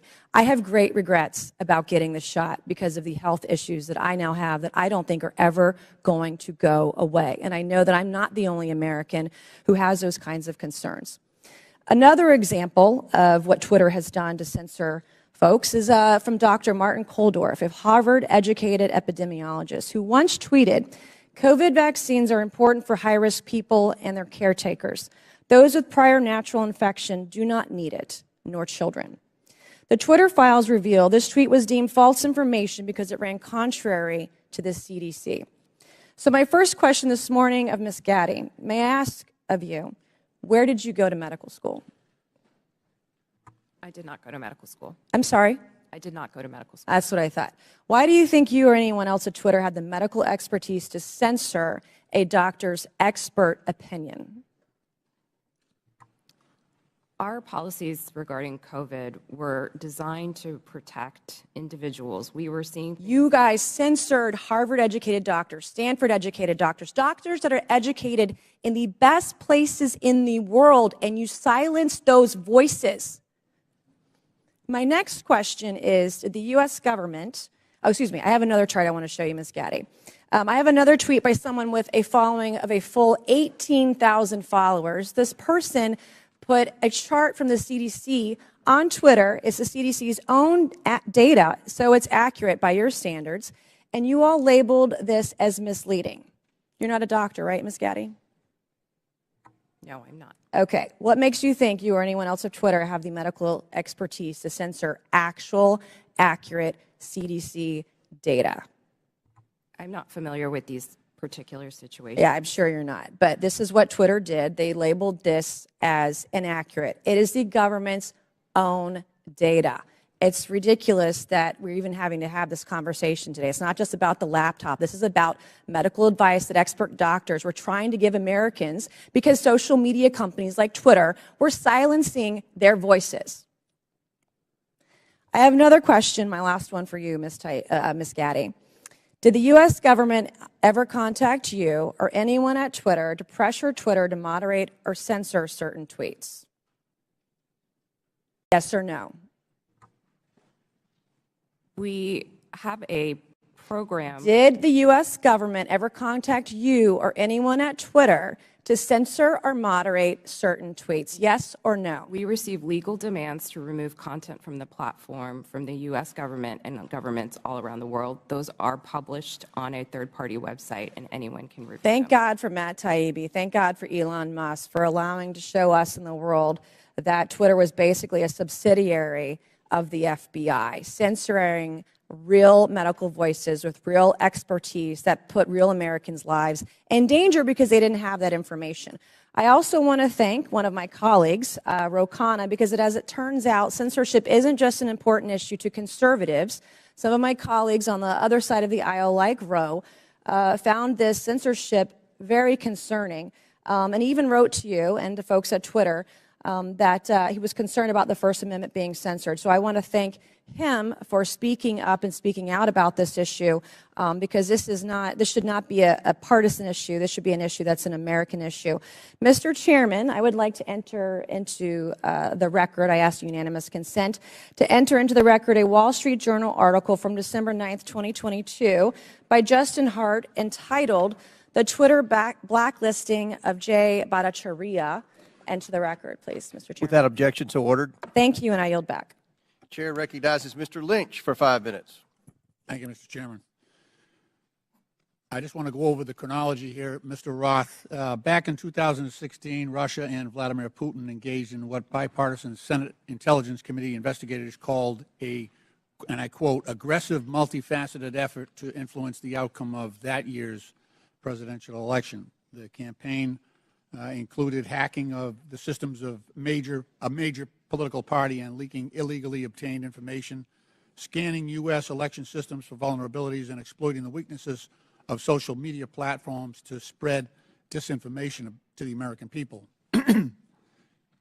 Again, in a 2017 declassified report, the U.S. intelligence community assessed that Russia's 2016 election operations signaled a, quote, new normal in Russian influence efforts, and that the Kremlin would, quote, apply lessons learned going forward against the U.S. and its allies. Mr. Roth, in a December interview with journalist Kara Swisher, you state that this declassified assessment was, quote, and I'm quoting you, a watershed moment in the history of content moderation and the Internet, close quote. You also stated in that interview that Twitter discussed potential threats to the integrity of the 2020 elections, and it was, quote, and I'm quoting you again, obvious to think about the most influential thing that impacted the 2016 election, which was the hack and leak campaign organized by the Russian government, and that, quote, we would have been stupid not to think about that risk. Mr. Roth, why would Twitter have been stupid to ignore that risk? Thank you for the question, Congressman. I think Twitter and the entire social media industry were, frankly, caught with their pants down in 2016 and missed an opportunity to do the critical work of protecting election security. This isn't my judgment. This is the judgment of academics and researchers who have spent years studying Russian active measures. And most of their conclusions suggest that the #1 most influential part of the Russian active measures campaign in 2016 was the hack and leak targeting John Podesta. It would have been foolish not to consider the possibility that they would run that play again. Right. And so let me ask, was that top of mind for Twitter? You're trying to measure the credibility of incoming intelligence. Was that top of mind in regard to your decision, the company's decision to temporarily limit the distribution of the October 14th New York Post story that was delivered by Mayor Giuliani? Yes, that was one of the animating concerns for us. For nearly 2 years, we had engaged in scenario planning exercises for potential risks tied to the elections, and one of them appeared to be happening that day. Now, again, I think the facts were complicated, and I do believe Twitter made a mistake then, but our judgment was colored by the experience of 2016 and by the very real Russian activities that we saw play out that year. Mr. Roth, in a December 2020 sworn declaration to the FEC, you said that starting in 2018, you had, quote, regular meetings with the Office of the Director of National Intelligence, the Department of Homeland Security, the FBI, and industry peers regarding election security. Is that correct? Yes, sir, it is.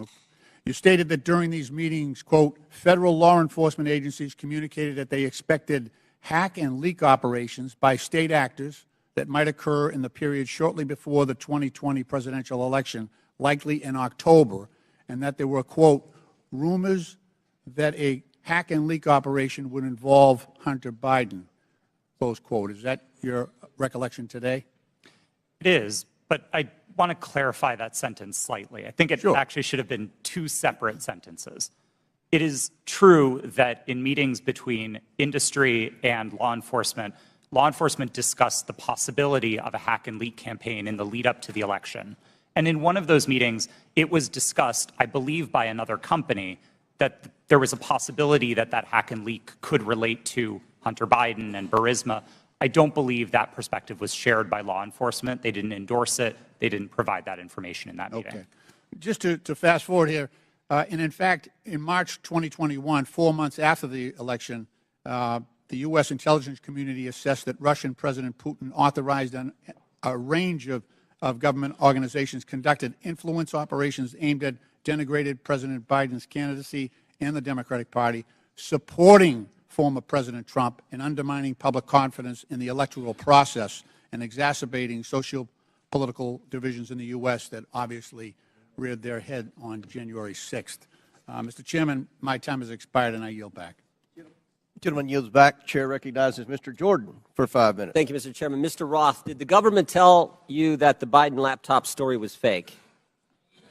No, sir, they did not. Did they tell you it was hacked? No, sir, they did not. On October 14, 2020, Twitter blocks the New York Post story on the Hunter Biden, the New York Post story on Hunter Biden, and suspends their account. The night before, FBI Special Agent Elvis Chan sends you an email. The email says this: heads up, I will be sending a teleporter link for you to download 10 documents. It's not spam. Please confirm receipt when you get it. 2 minutes later, 6:24 p.m., you respond back, received and downloaded, thanks. What were those 10 documents? Twitter didn't give me access to my laptop, but Special Agent Chan has said publicly, and the FBI has confirmed, that those documents did not relate to Hunter Biden, and that's my recollection of them. What did they relate to? My interactions with Agent Chan and with the FBI almost entirely focused on what the FBI called malign foreign interference, things like Russian troll farms and Iranian involvement in the elections, not on any type of domestic Any of the activity. information on there classified?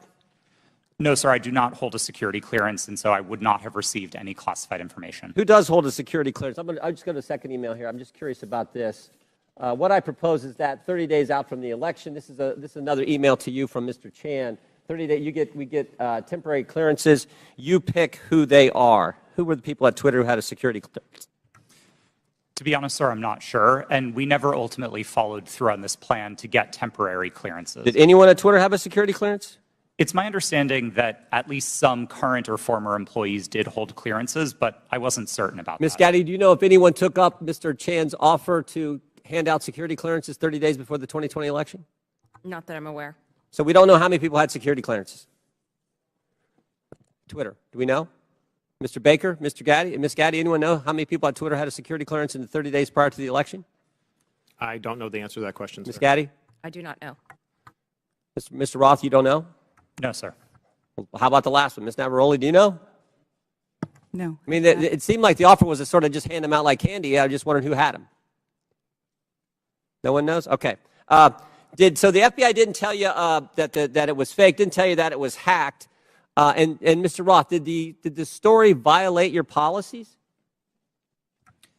In my judgment at the time, no, it did not. Yeah, that's what you said. Said what I would propose, is you said it isn't clearly a violation of our hack materials policy, nor is it clearly a violation of anything else. So I think what a lot of people are wondering is if it didn't violate your policies and they didn't tell you it was fake, didn't tell you it was hacked, why'd you take it down? The company made a decision that found that it did violate the policy. It wasn't my personal judgment at the time that it did. but the decision was communicated to me by my direct supervisor, and ultimately, I didn't disagree with it enough to object to You know what I think happened, Mr. Roth? I think you guys got played. I think you guys wanted to take it deep down. We saw what the chairman put up where you said, everyone in the White House is a fascist. I think you guys wanted it to be taken down. I think you meet with these guys every week. We know that's been established in the Twitter files. You had weekly meetings with Mr. Chan in the run-up to the election. They send you all kinds of emails. They send you documents on the super secret James Bond teleporter. You get information on that. I think you guys wanted to take it down. I think you guys got played by the FBI. And that's the scary part. Because we had 50, this to me is the real takeaway. 51 former intelligence officials 5 days after you guys take down the Hunter Biden story and block the New York Post account. 5 days later, 51 former intel officials send a letter and they say, the Hunter Biden story has all the classic earmarks of a Russian information operation. The information operation was run on you guys, and then by extension run on the American people. And that's the concern. And to Mr. Raskin's point that you guys aren't bound by the First Amendment because you're a private company, okay, maybe so, but your terms of service don't have to comply with the First Amendment. Would that be right, Mr. Roth? They don't have to. You've said that as much in your testimony. My understanding of the First Amendment is that it protects people and businesses from government, not informs how the... in your terms of service. So here's what I want to know. Here's what I want to know. Is this a violation of the First Amendment when the government, Mr. Chan, again, sending you an email saying, we think these accounts need to be looked at because they violate your terms of service? That's a different standard. So you got the government saying your terms of service, which don't have to comply with the First Amendment, but the government saying we don't think these accounts comply with your terms of service, please take them down. You see a problem there, Mr. Roth? Mr. Chairman, I'm seeing a flashing red light. I'm happy to answer the question. Do I think that that's a valuable use of the FBI's time? No, but I don't see in a request for review a problem under the First Amendment, no. I sure do. I thank the gentleman. I yield back. Chair recognizes Mr. Codley for 5 minutes. Thank you, Mr. Chairman. Very good. My, what happens when you hold a hearing and you can't prove your point? We heard from the chairman in his opening statement that it's wrong for government to call Twitter and say, take down a tweet. Did I hear that correct, Mr. Roth? That was my understanding, yes. Yeah. So on May 27th, 2020, President Donald J. Trump tweeted, and I quote, Republicans feel that social media platforms totally silence conservatives. By the way, something that would come as news to you, apparently, Mr. Roth, because you're still the subject of conservative harassment. We will strongly regulate, he went on to say, or close them down before we ever allow this to happen, unquote. Ms. Navaroli, doesn't that sound eerily like a government official telling Twitter that there's a threat, we'll shut you down if we don't like the content? I am not familiar with the tweet that you have referenced. Well, but if I just told you that quote without telling you who said it, might it have some ominous overtones from your point of view if you're still at Twitter? We'll shut you down. We'll regulate you. We will never allow this to happen. Those are pretty strong words. They are. Yeah. Okay. On September 8th, 2019, at 11:11 p.m., Donald Trump heckled two celebrities on Twitter, John Legend and his wife, Chrissy Teigen, and referred to them as the musician John Legend and his filthy-mouthed wife, unquote. Ms. Teigen responded to that email at 12:17 a.m., and according to notes from a conversation with you, Ms. Navaroli's counsel, your counsel, the White House almost immediately thereafter contacted Twitter to demand the tweet be taken down. Is that accurate? Thank you for the question. In my role, I was not responsible for receiving any sort of request from the government. However, what I was privy to was my supervisors letting us know that we had received something along those lines or something of a request. And in that particular instance, I do remember hearing that we had received a request from the White House to make sure that we evaluated this tweet and that they wanted it to come down because it was a derogatory statement directed towards the president. They wanted it to come down. They made that request. To my recollection, yes. I thought that was an inappropriate action by a government official, let alone the White House. But it wasn't Joe Biden about his son's laptop. It was Donald Trump because he didn't like what Chrissy Teigen had to say about him. Is that correct? Yes, that is correct. My. You ever think it's appropriate for the President of the United States to direct or otherwise influence a social media company to take down its content? I think it's a very slippery slope. Mr. Roth, Ms. Gaddy, Mr. Baker, any evidence that Joe Biden's ever done that? Certainly none that I'm aware of, no. I don't recall anything like that. I'm sorry, that President Biden did what, sir? Has Joe Biden ever called Twitter, to your knowledge, or his White House at his behest, to take down content or urge you to take down content? I don't know the answer to that question, sir. Well, I'm going to have to conclude at least from 3 of the 4. You don't know. There's no evidence he's ever done that, but there's plenty of evidence Donald J. Trump tried to do that. And if we're going to have a hearing about the misuse of social media and the intrusion of government in the content on social media, we've got an environment-rich target, but it's not Joe Biden. It's Donald J. Trump, and of course, we don't want to talk about that. We don't want to talk about Russian bots and Russian fabrications using fake accounts on Twitter to a political purpose, and it's not to help elect Democrats. And we don't want to talk about 4 years of Donald Trump manipulating the truth and trying to manipulate social media and threaten it, or directly to try to shape it by taking down content because it was critical of him personally. And that's what we ought to be talking about as we move forward, not the subject of today's hearing. I yield back. Gentleman yields back. Chair recognizes Mr. Donalds for 5 minutes. Thank you, Mr. Chairman. Real quick, Mr. Roth, you've stated already that what happened with the New York Post story was similar to the hack and leak scenarios from 2016. You also said that you actually were opposed to deleting the New York Post story. Who advocated for the removal of the New York Post story? The company's decision to treat it as a violation. Mr. Roth, who at the company actually went over your recommendation? Because you're pretty high up. Who overrode you? The decision was communicated to me by my direct supervisor. Who was that person? Her name was Del Harvey. She was Okay. the vice president of trust and safety at the time. All right, thank you so much.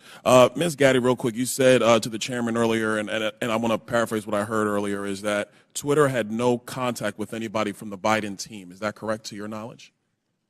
Not to my knowledge. Put that up for me. Okay, over my right shoulder, we have an email. Reference, this is Saturday, October 24th, 5:39 p.m., referencing 5 different tweets. This is with a Twitter email chain. Under the line, it's more to review from the Biden team. Does anybody have a comment on how much interaction was happening with the Biden team at Twitter with respect to tweets that they wanted Twitter to review? Ms. Gaddy, Mr. Roth? I'm not familiar with this email. So you're not familiar with this email, Mr. Roth? Are you familiar with this email? Only from what's been reported in the Twitter files. Did you ever have contact with anybody from the Biden team? No, sir, I did not. We explicitly separated the teams that would interact with campaigns from teams like mine that were responsible for content moderation. How big was the organization in Twitter that was actually working with campaigns? I couldn't say for sure. Did you ever have any contact with the DNC? Directly? No, I did not. Did anybody at Twitter have any contact with anybody at the DNC? I think it's likely that somebody at Twitter did, yes. In these emails, it's listed these are tweets that had to be flagged from the Biden team. That's what's in the files.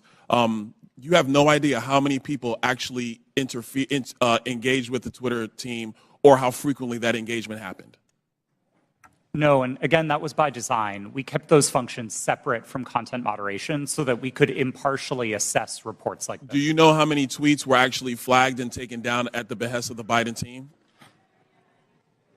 I wouldn't agree with the characterization of it as being at the behest of them. These tweets were reported, and Twitter independently evaluated them under its rules. But the email is very clear.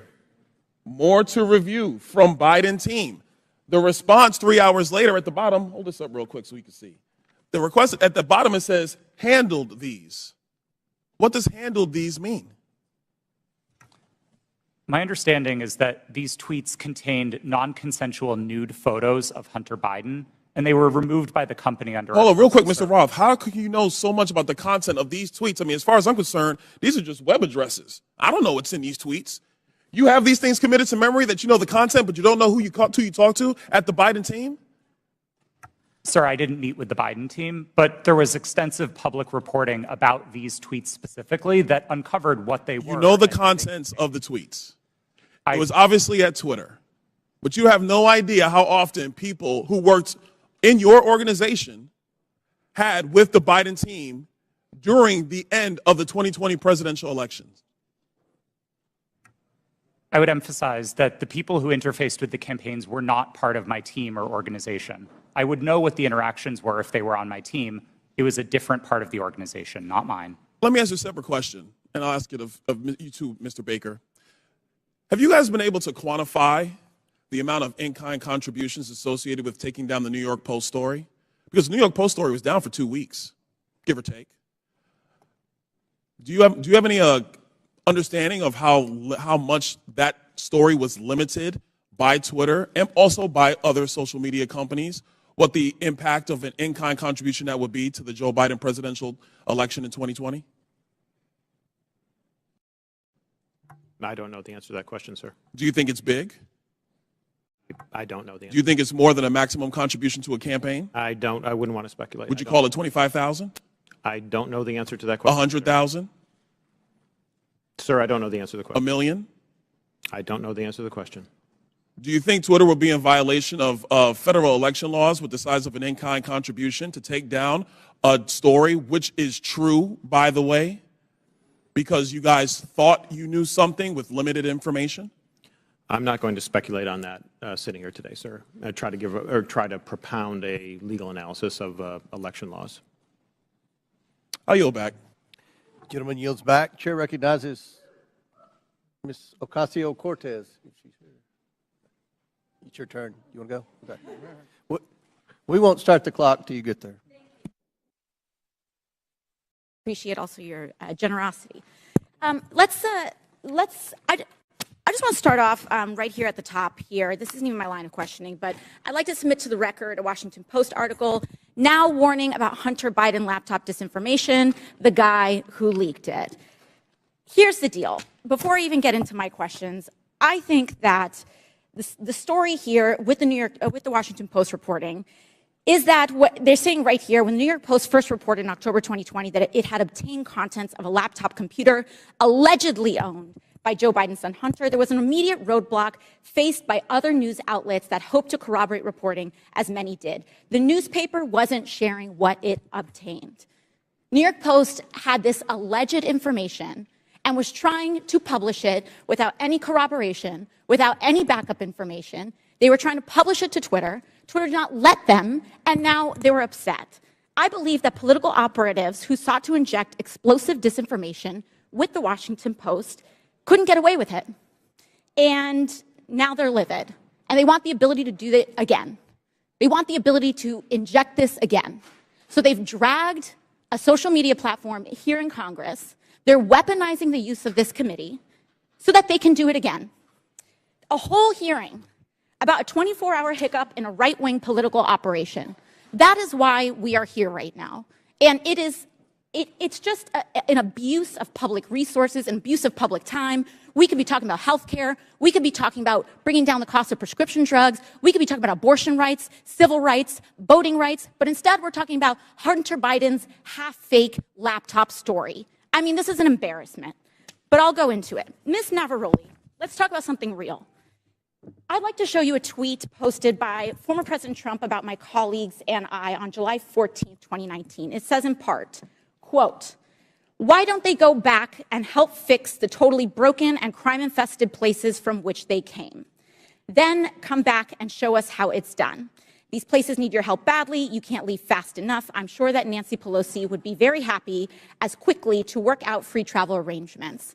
A day or two after that, Donald Trump publicly incited, violence at a rally, targeting 4 congresswomen, including myself, saying, "Go back to where you came from." Ms. Navarrete, as I understand it, you were the most senior member of Twitter's content moderation team, or a senior member of Twitter's content moderation team when this was posted. As part of your responsibilities, did you review this tweet? Yes, it was my team's responsibility to review these tweets. And what did you conclude? My team, Ray, made the recommendation that for the first time we find Donald Trump in violation of Twitter's policies and use the public interest interstitial. For the first time? Yes. And at the time, Twitter's policy included a specific example when it came to banned abuse against immigrants, as they specifically included the phrase, "go back to your country," or go back to where you came from, correct? Yes, that was specifically included in the content moderation guidance as an example. You brought this up to the Vice President of Trust and Safety, Del Harvey, correct? I did, yes. And she overrode your assessment, didn't she? Yes, she did. And something interesting happened after she overrode your assessment. A day or two later, Twitter seemed to have changed their policies, didn't they? Yes, that trope, "go back to where you came from," was removed from the content moderation guidance as an example. So Twitter changed their own policy after the president violated it in order to potentially accommodate his tweet? Yes. Thank you. So much for bias against right wing on Twitter. Additionally, Ms. Navarrete, are you familiar with the account Libs of TikTok? I have heard of it from the news, yes. Mr. Roth, are you familiar with this account? Yes, ma'am, I am.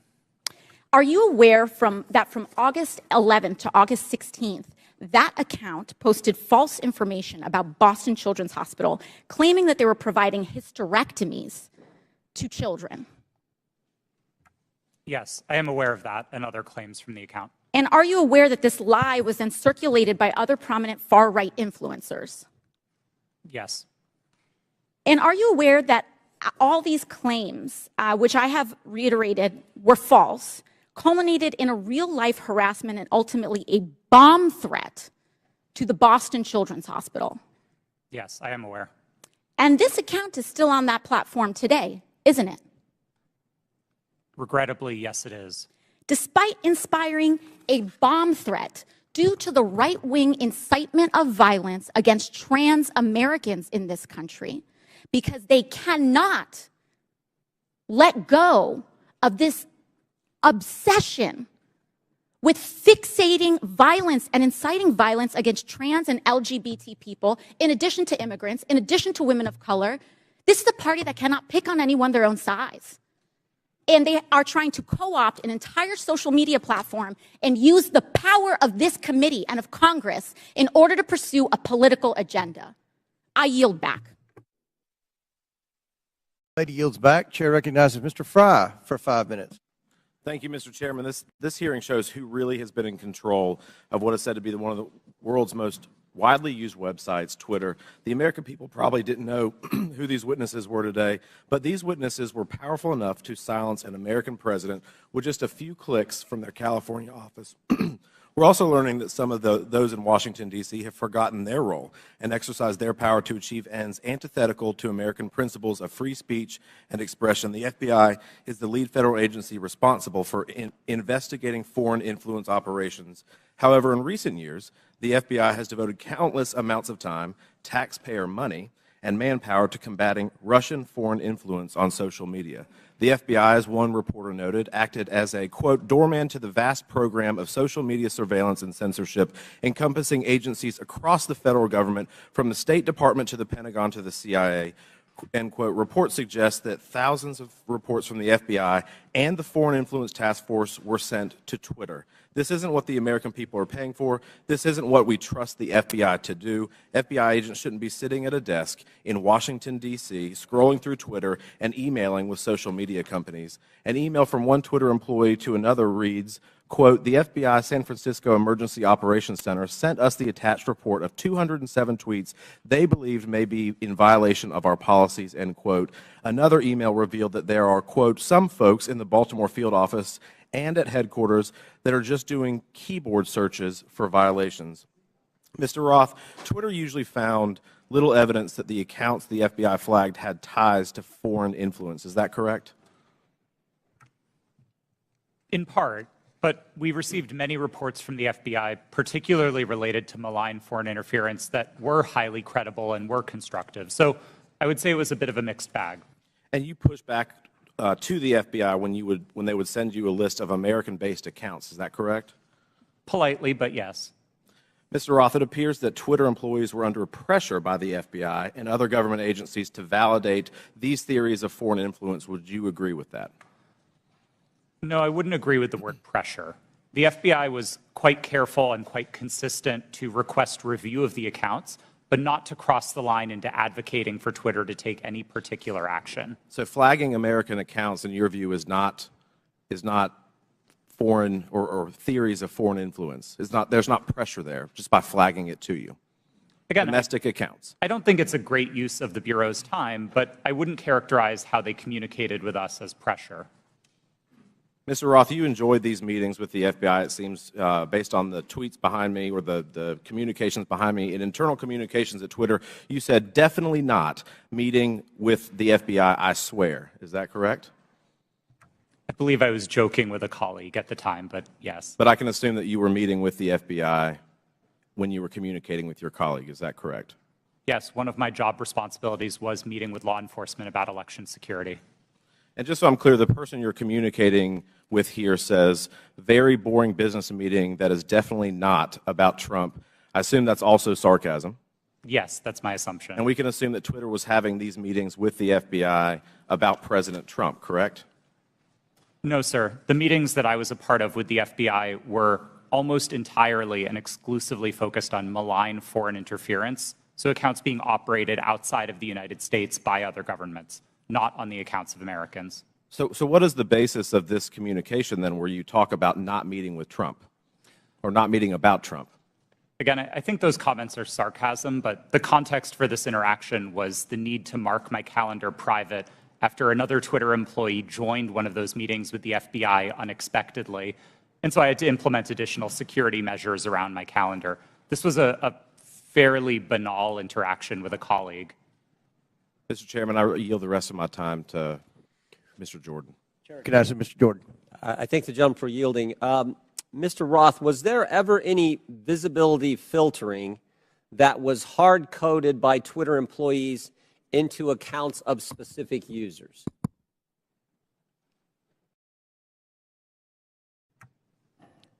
Twitter employees were responsible for building the systems that performed visibility filtering, and then that filtering would have been applied either automatically. I'm asking a very specific question. I'm asking, was the code written in a way that for certain accounts, those accounts, unique in and of themselves, would be visibility filtering, to use your term, so that they wouldn't have as much reach or as much influence? The term hard coding suggests that it was permanent and immutable, and I wouldn't agree with that, no. But it did happen, is what you're saying. There was hard-coded into some of these accounts of specific users by Twitter employees this ability to filter and limit the reach of that particular post, or that particular tweet, I should say. Again, I wouldn't say that they were hard-coded. Okay. Thank you. Chair recognizes Ms. Brown for 5 minutes. Thank you, Chairman Comer and Ranking Member Raskin, for holding this hearing today. Social media has been a revolutionary gift of the 21st century. From helping people across the world build meaningful connections to learning a new skill set, these platforms have played a significant role in creating an interconnected global world. When handled responsibly, social media serves as a useful resource with many positive outcomes. However, social media is not without its flaws. and the challenges are much larger than any specific incident or decision by one private company. Recently, social media has contributed to the rise and amplification of domestic extremist content and organizing. This is extremely concerning and, unfortunately, is contributing to the division of our society. According to an Anti-Defamation League survey, 66% of the LGBTQ+ respondents, that's a full 2/3, experienced harassment online. 37% of Jewish respondents and 34% of African Americans respondents said the same. This is truly disturbing. The power that social media has to inspire real-world action, both good and bad, is well known to all of us. And sadly, the hate online does not stay online.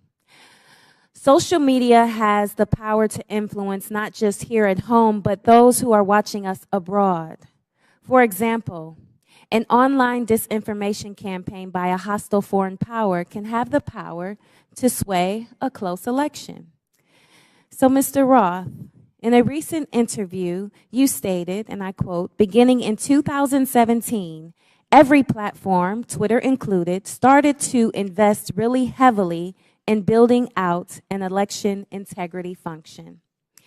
So I ask, were those investments driven in part by bipartisan concerns raised by Congress and the U.S. government after the Russian influence operation in the 2016 presidential election? Thank you for the question. Yes, those concerns were fundamentally bipartisan. The Senate's investigation of Russian active measures was a bipartisan effort. The report was bipartisan. And I think we all share concerns with what Russia is doing to meddle in our elections. Thank you so much. Did those investments include better information sharing mechanisms with the federal government? Yes. I think one of the key failures that we identified after 2016 was that there was very little information coming from the government and from intelligence services to the private sector. The private sector had the power to remove bots and to take down foreign disinformation campaigns, but we didn't always know where to look without leads supplied by the intelligence community. That was one of the failures highlighted in the Senate Intelligence Committee's report and in the Mueller investigation, and that was one of the things we set out to fix in 2017. Thank you for that. And Mr. Roth, were those communication channels useful to Twitter as it worked to combat foreign influence operations? Absolutely. I would say they were one of the most essential pieces of how Twitter prepared for future elections. Thank you so much. So clearly, we must come together as a committee to stand up and protect our country from foreign election interference and disinformation.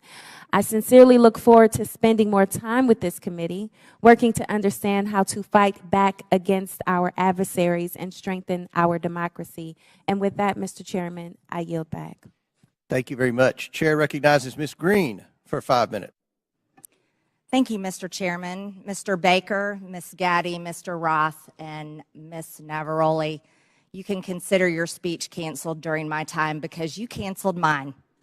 You see, you permanently banned my personal Twitter account, and it was my campaign account also. So let's talk about election interference, shall we? January 2nd, 2002, you permanently banned my Twitter account. This was the account that I would put my campaign ads on, raise money on, fight back when attacked with lies, and be able to talk to my voters in my district. But you banned it. And then let me explain. My account was not reinstated until November 21st, 2022. That was after my election on November 8th.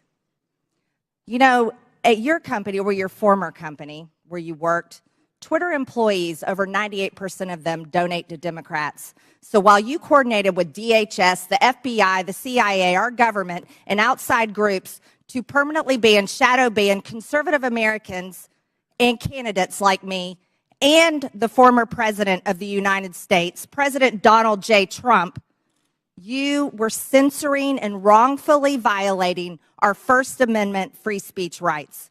Guess what? None of you hold security clearances. None of you are elected, and none of you represent 750,000 people like I do. Let's explain. 52 United States Law 10101. No person shall intimidate, threaten, coerce, or attempt to stop any other person for the purpose of interfering with their rights to vote or to vote as he may choose. You didn't shadow ban or permanently ban my Democrat opponent. No, you did that to me. And that was wrong, and it was against the law. You see, not only that, was it me that you violated my First Amendment rights? You violated countless conservative Americans. These were doctors that were trying to tell the truth about COVID, doctors that were having success treating people with ivermectin that you all would not allow to be talked about on your platform. These were parents complaining about their school boards, teaching gender lies in their schools, biological males entering their daughters' bathrooms and sports. These were also people questioning the 2020 election. And guess what? That's Americans' First Amendment right. These were people talking about voting machines. You know what? Democrats did that in 2019, before the 2020 election. On Twitter, people could question elections such as 2016, saying Hillary won, but in 2020, no one could question elections saying Trump won. You abuse the power of a large corporation, big tech, to censor Americans. And you want to know something? Guess what? I'm so glad that you're censored down. I'm so glad you've lost your jobs. Thank God Elon Musk bought Twitter. And you know what? Let's talk about something a little bit further. It's amazing to me, Mr. Roth, as the head and trust of safety at Twitter, your ability, or should I say inability, to remove child porn. Now, here's something that disgusts me about you. In your doctoral dissertation entitled Gay Data, you argued that minors should have access to Grindr, an adult male gay hookup app. Minors? Really? You know, Elon Musk took over Twitter and he banned 44,000 accounts that were promoting child porn. You permanently banned my Twitter account, but you allowed child porn all over Twitter. Twitter had become a platform, you said, connecting queer young adults. You also wrote on Twitter in 2010, can high school students ever meaningfully consent to sex with their teachers? In 2021, while you were the director of trust and safety on Twitter, an underage boy and his mother announced a lawsuit against Twitter because Twitter was benefiting from and refused to remove a lewd video featuring this boy and another minor. That is repulsive. But you violated me. What were my tweets? Okay, let's talk about them. I was talking about the deaths being reported on VAERS. By the way, that's on the CDC website. I was also saying that I didn't think any entity should enforce a non-FDA approved vaccine or mask. Guess what? A lot of people agreed with me, but you called that COVID misinformation. By the way, I'm a member of Congress and you're not. I also said the controversial COVID-19 vaccines should not be forced on our military. You want to know something? Republicans stopped that in the NDAA. Ladies, time has expired. And your time has expired. I yield back. Thank you, Mr. Chairman. Chair recognizes Mr. Gomez. Thank you, Mr. Chairman. Mr. Roth, please explain to us why Ms. Marjorie Taylor Greene, or the representative from Georgia, was removed from Twitter. Thank you for the question, Congressman. My recollection is that her personal account was banned from Twitter after repeated written notices due to repeated violations of the Twitter rules. Can you add a little specificity to the violation of the Twitter rules? Yes. Again, I didn't have access to my Twitter email, documents, anything that would have let me prepare to answer that in more detail, but my recollection is that the Congresswoman repeatedly violated Twitter's policies about sharing misinformation about COVID-19. She received multiple written warnings about that conduct. She received multiple timeouts related to that conduct. And then ultimately, consistent with the written and published policy, those repeated violations resulted in her account being permanently suspended. Mr. Chairman, so in essence, I'd like to make a point of personal privilege. That it's still my time. We'll stop. We'll stop. Still my clock. It's still my order, time. Mr. Chairman. Point of order by Mr. Raskin. Yeah, I don't believe that members of this committee have the right to interrupt someone's testimony because their Point name of was personal mentioned. privilege. And- You were mentioning my name, Mr. Raskin. Yeah, no, I understand, but that's not the rule, Ms. Green. I don't think a member. That is the rule in Congress. Well, then I'd like we can take a point I'd like of the personal parliamentarian privilege. to rule on whether any member of this committee has the right to interrupt a witness's testimony because they mentioned the name of a member of Congress. You mentioned my name, Mr. Raskin. Yeah, I'm not testifying. Chair recognizes Ms. Green. Thank you, Mr. For your Chairman. point of privilege, very briefly. Thank you. For Mr. Roth, who made you in charge of what is true and what's not true? Does she get to reopen her question? We'll go back to Mr. Gomez, and Mr. Gomez, please remember the decorum of the committee. The clock, we'll restart the clock now. You didn't lose any time. Chair recognizes Mr. Gomez. Thank you so much. The gentle lady from Georgia was suspended from Twitter for knowingly and consistently spreading conspiracy theories about COVID-19 vaccine, right? Which is shameful, especially in a pandemic where a million people have lost their lives. With that, I yield my rest of my time to the gentleman from New York, Mr. Goldman. Thank you, Mr. Gomez. Let's talk about the so-called Twitter files, which my Republican colleagues seem to think are God's gift to journalism. In one about the Hunter Biden laptop, the author says that every single fact in the New York Post story was accurate.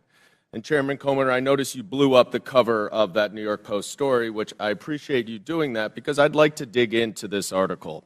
The very first paragraph says Hunter Biden introduced his father to a top executive at a Ukrainian energy firm less than a year before the elder Biden pressured government officials in Ukraine into firing a prosecutor who was investigating the company. That is false. 100% false. Is the gentleman sure about that? Yes, in fact, I am sure about that. And as the lead counsel in the first impeachment investigation, we proved that he was actually fired because he was not prosecuting corruption, not that he was fired because he was prosecuting corruption. Corruption of the president's son's company. I'm sorry, would the gentleman yield corruption of the president's son's company? I'd like to reclaim my time. Gentleman's recognized. The fact that Joe Biden fired, consistent with U.S. policy and every single European country, the prosecutor general in Ukraine because he did not prosecute corruption, including at companies like Burisma, has been proven over and over and over. And if you want to know who actually prosecuted Burisma, Chairman Comer, you should talk to the British authorities, because they were the ones who were prosecuting Burisma, and they couldn't get any cooperation from the Ukrainian prosecutor general. So that's why he was fired. So right off the top, the very first paragraph of this so-called bombshell story is completely false. Now, what is the allegation that we are hearing from our Republican colleagues about the connection to Joe Biden and Burisma? It is an email from a Burisma employee thanking Hunter Biden for organizing a meeting with the Vice President Biden. We know nothing about the substance of that meeting. We know nothing about how long they met. It was not on Vice President Biden's schedule. And in fact, I would ask my Republican colleagues, do you meet with foreign businessmen? Do you meet with foreign diplomats? If we were to say to you every single time you met with somebody that you discussed something that you're voting on, how would you react? It's preposterous. And Chairman Comer, you have said in your opening statement that Joe Biden lied to the American people. That is a bold, bold accusation. And so far, we've seen no actual evidence of any lies or any support for Joe Biden being involved in anything having to do with Ukraine other than promoting U.S. foreign policy. And I hope that you are not abusing the power as chairman of this committee, and that you are not wasting taxpayer dollars on a fishing expedition into a civilian child of a president for political purposes. I yield back. The gentleman yield to a quick question. You don't have to. It's your choice. You yield. Yeah, please. So I would love to discuss this. are you admitting that Joe Biden did get the prosecutor in Ukraine fired? I think it's very clear that Vice President Biden, along with all of our allies in Europe, pressured Ukraine to fire a corrupt prosecutor general who was not charging corruption cases that would have included potentially Burisma. Corruption with his son's company? Yes. In fact, if what he wanted was the prosecutor general to prosecute corruption, and the allegations that you are making and that the Russians are making, because this is all part of Russian propaganda, is that Burisma was corrupt and Joe Biden was trying to stop an investigation into Burisma. That is categorically false, and there is no evidence of it. Mr. Chairman, we're going to recognize one more speaker. We've been requested by the presenters for a brief bathroom break. If you'll allow us, we have one more questioner, and then we'll take that break. Chair recognizes Mr. Timmons for 5 minutes, and then we'll have a 5 to 10 minute break. Mr. Timmons. Thank you, Mr. Chairman. We have a big picture problem right now, and we're talking about Twitter specifically and Hunter Biden's laptop, but it's not just that. It's the general trend of the media, social media, the FBI, DOJ, doing one side's bidding. That's the issue. There's mistakes that have been made, and we keep looking back at these mistakes and say, oh, that shouldn't have happened that way. We are going to have a new policy to avoid that from happening again. But every mistake benefits one side. Every mistake benefits one side. Let's go back to 2016. The Democrat National Committee and the Clinton campaign paid Fusion GPS to fabricate the Steele dossier, which was the basis of this entire Russia collusion investigation. Special counsel, we spent $40 million pursuing it. There was no evidence of the Trump campaign colluding with Russia. There was none. It was actually fabricated by the Democrats and the Clinton campaign to create a narrative to damage President Trump. So that was a mistake. We all know that now. That was the conclusion of that investigation.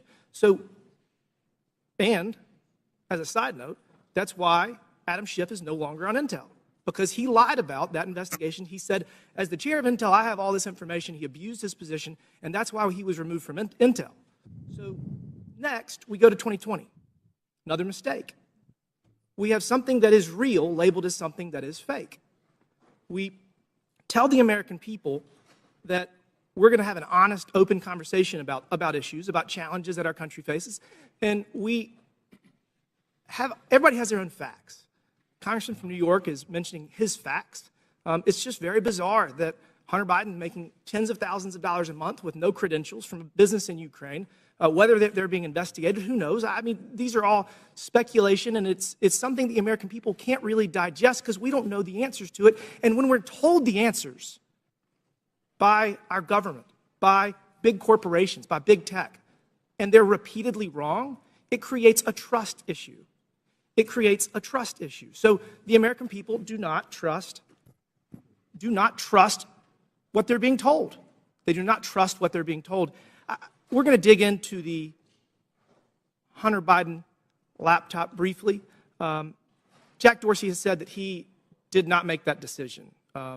Ms. Gaddy, did you make the decision to censor the Hunter Biden laptop story? Yes, I was involved in that decision. Who was the final arbiter? Because Mr. Roth has said he disagreed with that decision. Who was the final person that said, we're going to do this? I ultimately approved that decision. Okay, thank you. Mr. Roth, you have said previously that you do not believe that the New York Post story violated any policy. You've said that multiple times today. How many times, other than this one, did something get banned or flagged that you disagreed with? Is this the only one? No, sir, not at all. Okay, so these are Twitter challenging. Twitter repeatedly banned and censored material that you thought shouldn't be censored. Is that fair? These are challenging judgment calls, and I think reasonable minds can differ about whether a given piece of content. Okay, but on this does one you or did doesn't. disagree. I just want to say the American people need to have valid information to process decisions. I would argue that denying the American people the substance of Hunter Biden's laptop story was Hunter Biden's laptop was wrong. You got photos and text messages of Hunter Biden committing multiple felonies, which was never actually criminal. There were no criminal charges. Must be nice. Hunter Biden and James Biden were negotiating deals with Chinese Communist Party agents, one of whom Hunter Biden classified as the spy chief of China. We have evidence at least one of Hunter's deals with Chinese Communist Party linked entities. Joe Biden was given a 10% equity stake in the joint venture. You have evidence that the Bidens were trying to sell America's natural resources to the Chinese, and this is my personal favorite. Evidence that the Bidens and a Chinese energy company owned by the Chinese Communist Party had leased office space no further than 3 miles from where we're sitting right now. And the man running for president had his own office in that office space, his own personal office. You think the American people deserve to know that? I do. I think that there's a lot of smoke surrounding the Biden's relationship with the Chinese Communist Party. There's a lot of smoke surrounding the Biden's relationship with Ukraine. And they deserve to have the facts to make a decision for themselves. Y'all got it wrong in 2016 with Russian collusion. You got it wrong with Hunter Biden's laptop in 2020. You got it wrong regarding COVID at every turn. The American people deserve better. Will the gentleman yield for a question? Gentleman yield. Will the gentleman yield for a question? Gentleman yield. Yes. And Mr. Raskins. Mr. Baker, did you talk to any of the 51 former Intel officials who sent the now famous letter on October 19th, 2020, saying that the Russian, the story in the New York Post had all the classic earmarks of a Russian information operation? Have you talked to any of those 51 prior to that letter being sent on the 19th or after? Sir, I can't remember who's on that group, but Clapper, Brennan, Morrill. I've talked to those people during the course of my career, yes. Have you talked to them in your time at Twitter? I can't remember who's on that list, so I'm No, afraid. how about the 3 I just mentioned, Clapper and Brennan? Okay. All right. Mr. Chairman, regular order. Last Regular. question, but feel free to answer. Then we'll recognize Mr. Raskins. Well, I was going to ask the gentleman before he left whether he's denying the Russian disinformation propaganda campaign that we've heard about from witnesses, or he's just denying Russian collusion, which was something that Mr. Mueller specifically did not address in his final report. He said collusion is not a legal concept. He was looking just at conspiracy, and he said there wasn't substantial enough evidence to charge conspiracy, but there were dozens of contacts between Donald Trump and the Russians that were documented in that report. That's all I wanted to say. The chair recognizes Mr. Jordan, then we'll recess for... Just to restate the question that's on the table to Mr. Baker. Did he talk with Mr. Clapper, Mr. Brennan, or anyone else that he knows of on that who signed that? Point of order, letter? Mr. Chairman. Whose time is this? Yeah, now? this was The chairman's time. remaining 3 seconds of... He doesn't have remaining time. Okay. He's gone over by a minute. We're over.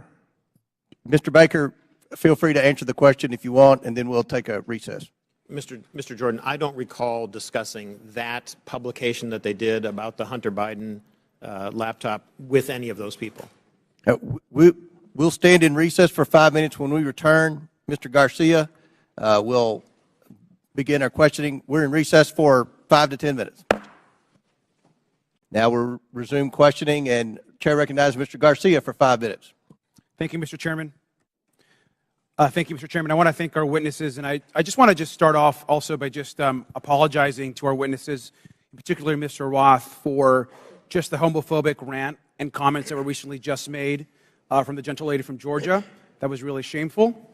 And I know that we're here to talk about serious issues, and we're having conversations about Grindr and other issues, which is not really what this hearing is about. So apologize to all of our witnesses.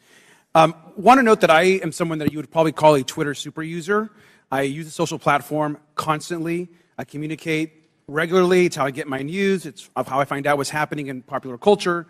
And I admire what Jack Dorsey, Evan Williams, and Christopher Stone actually tried to build as a company. I wish I could say the same for what the platform is today. I think to me and to many other users, we've seen the site currently degraded. We've seen Mr. Musk more interested in attacking journalists and uplifting conspiracy theories and actually running a company. And I think we can all agree that just overall the service has substantially degraded. I think just an example is the forced For You page mess that I personally don't like, and I think most folks don't as well. But I want to know more seriously that Mr. Musk and the current team has also done damage as far as trust and safety on the platform. He's gutted the trust and safety teams that have been described. He's eliminated content management systems and the human rights team, which, as we know, has ceased to operate. I do want to just take a minute to thank Mr. Roth and particularly Ms. Navaroli and your teams. I know that you were trying your best. I want to thank all of the folks that worked at Twitter because they believed in its mission. A mission I'm not sure holds true today completely, but it's one that I know a lot of folks worked on. And so just thank you for that work. And mistakes were made, and clearly you have actually lived up to those mistakes and the issues that have existed. But I especially want to thank you for your work around the pandemic. The pandemic took over 1 million American lives, 1,300 in my own city back home. And your decisions in content moderation actually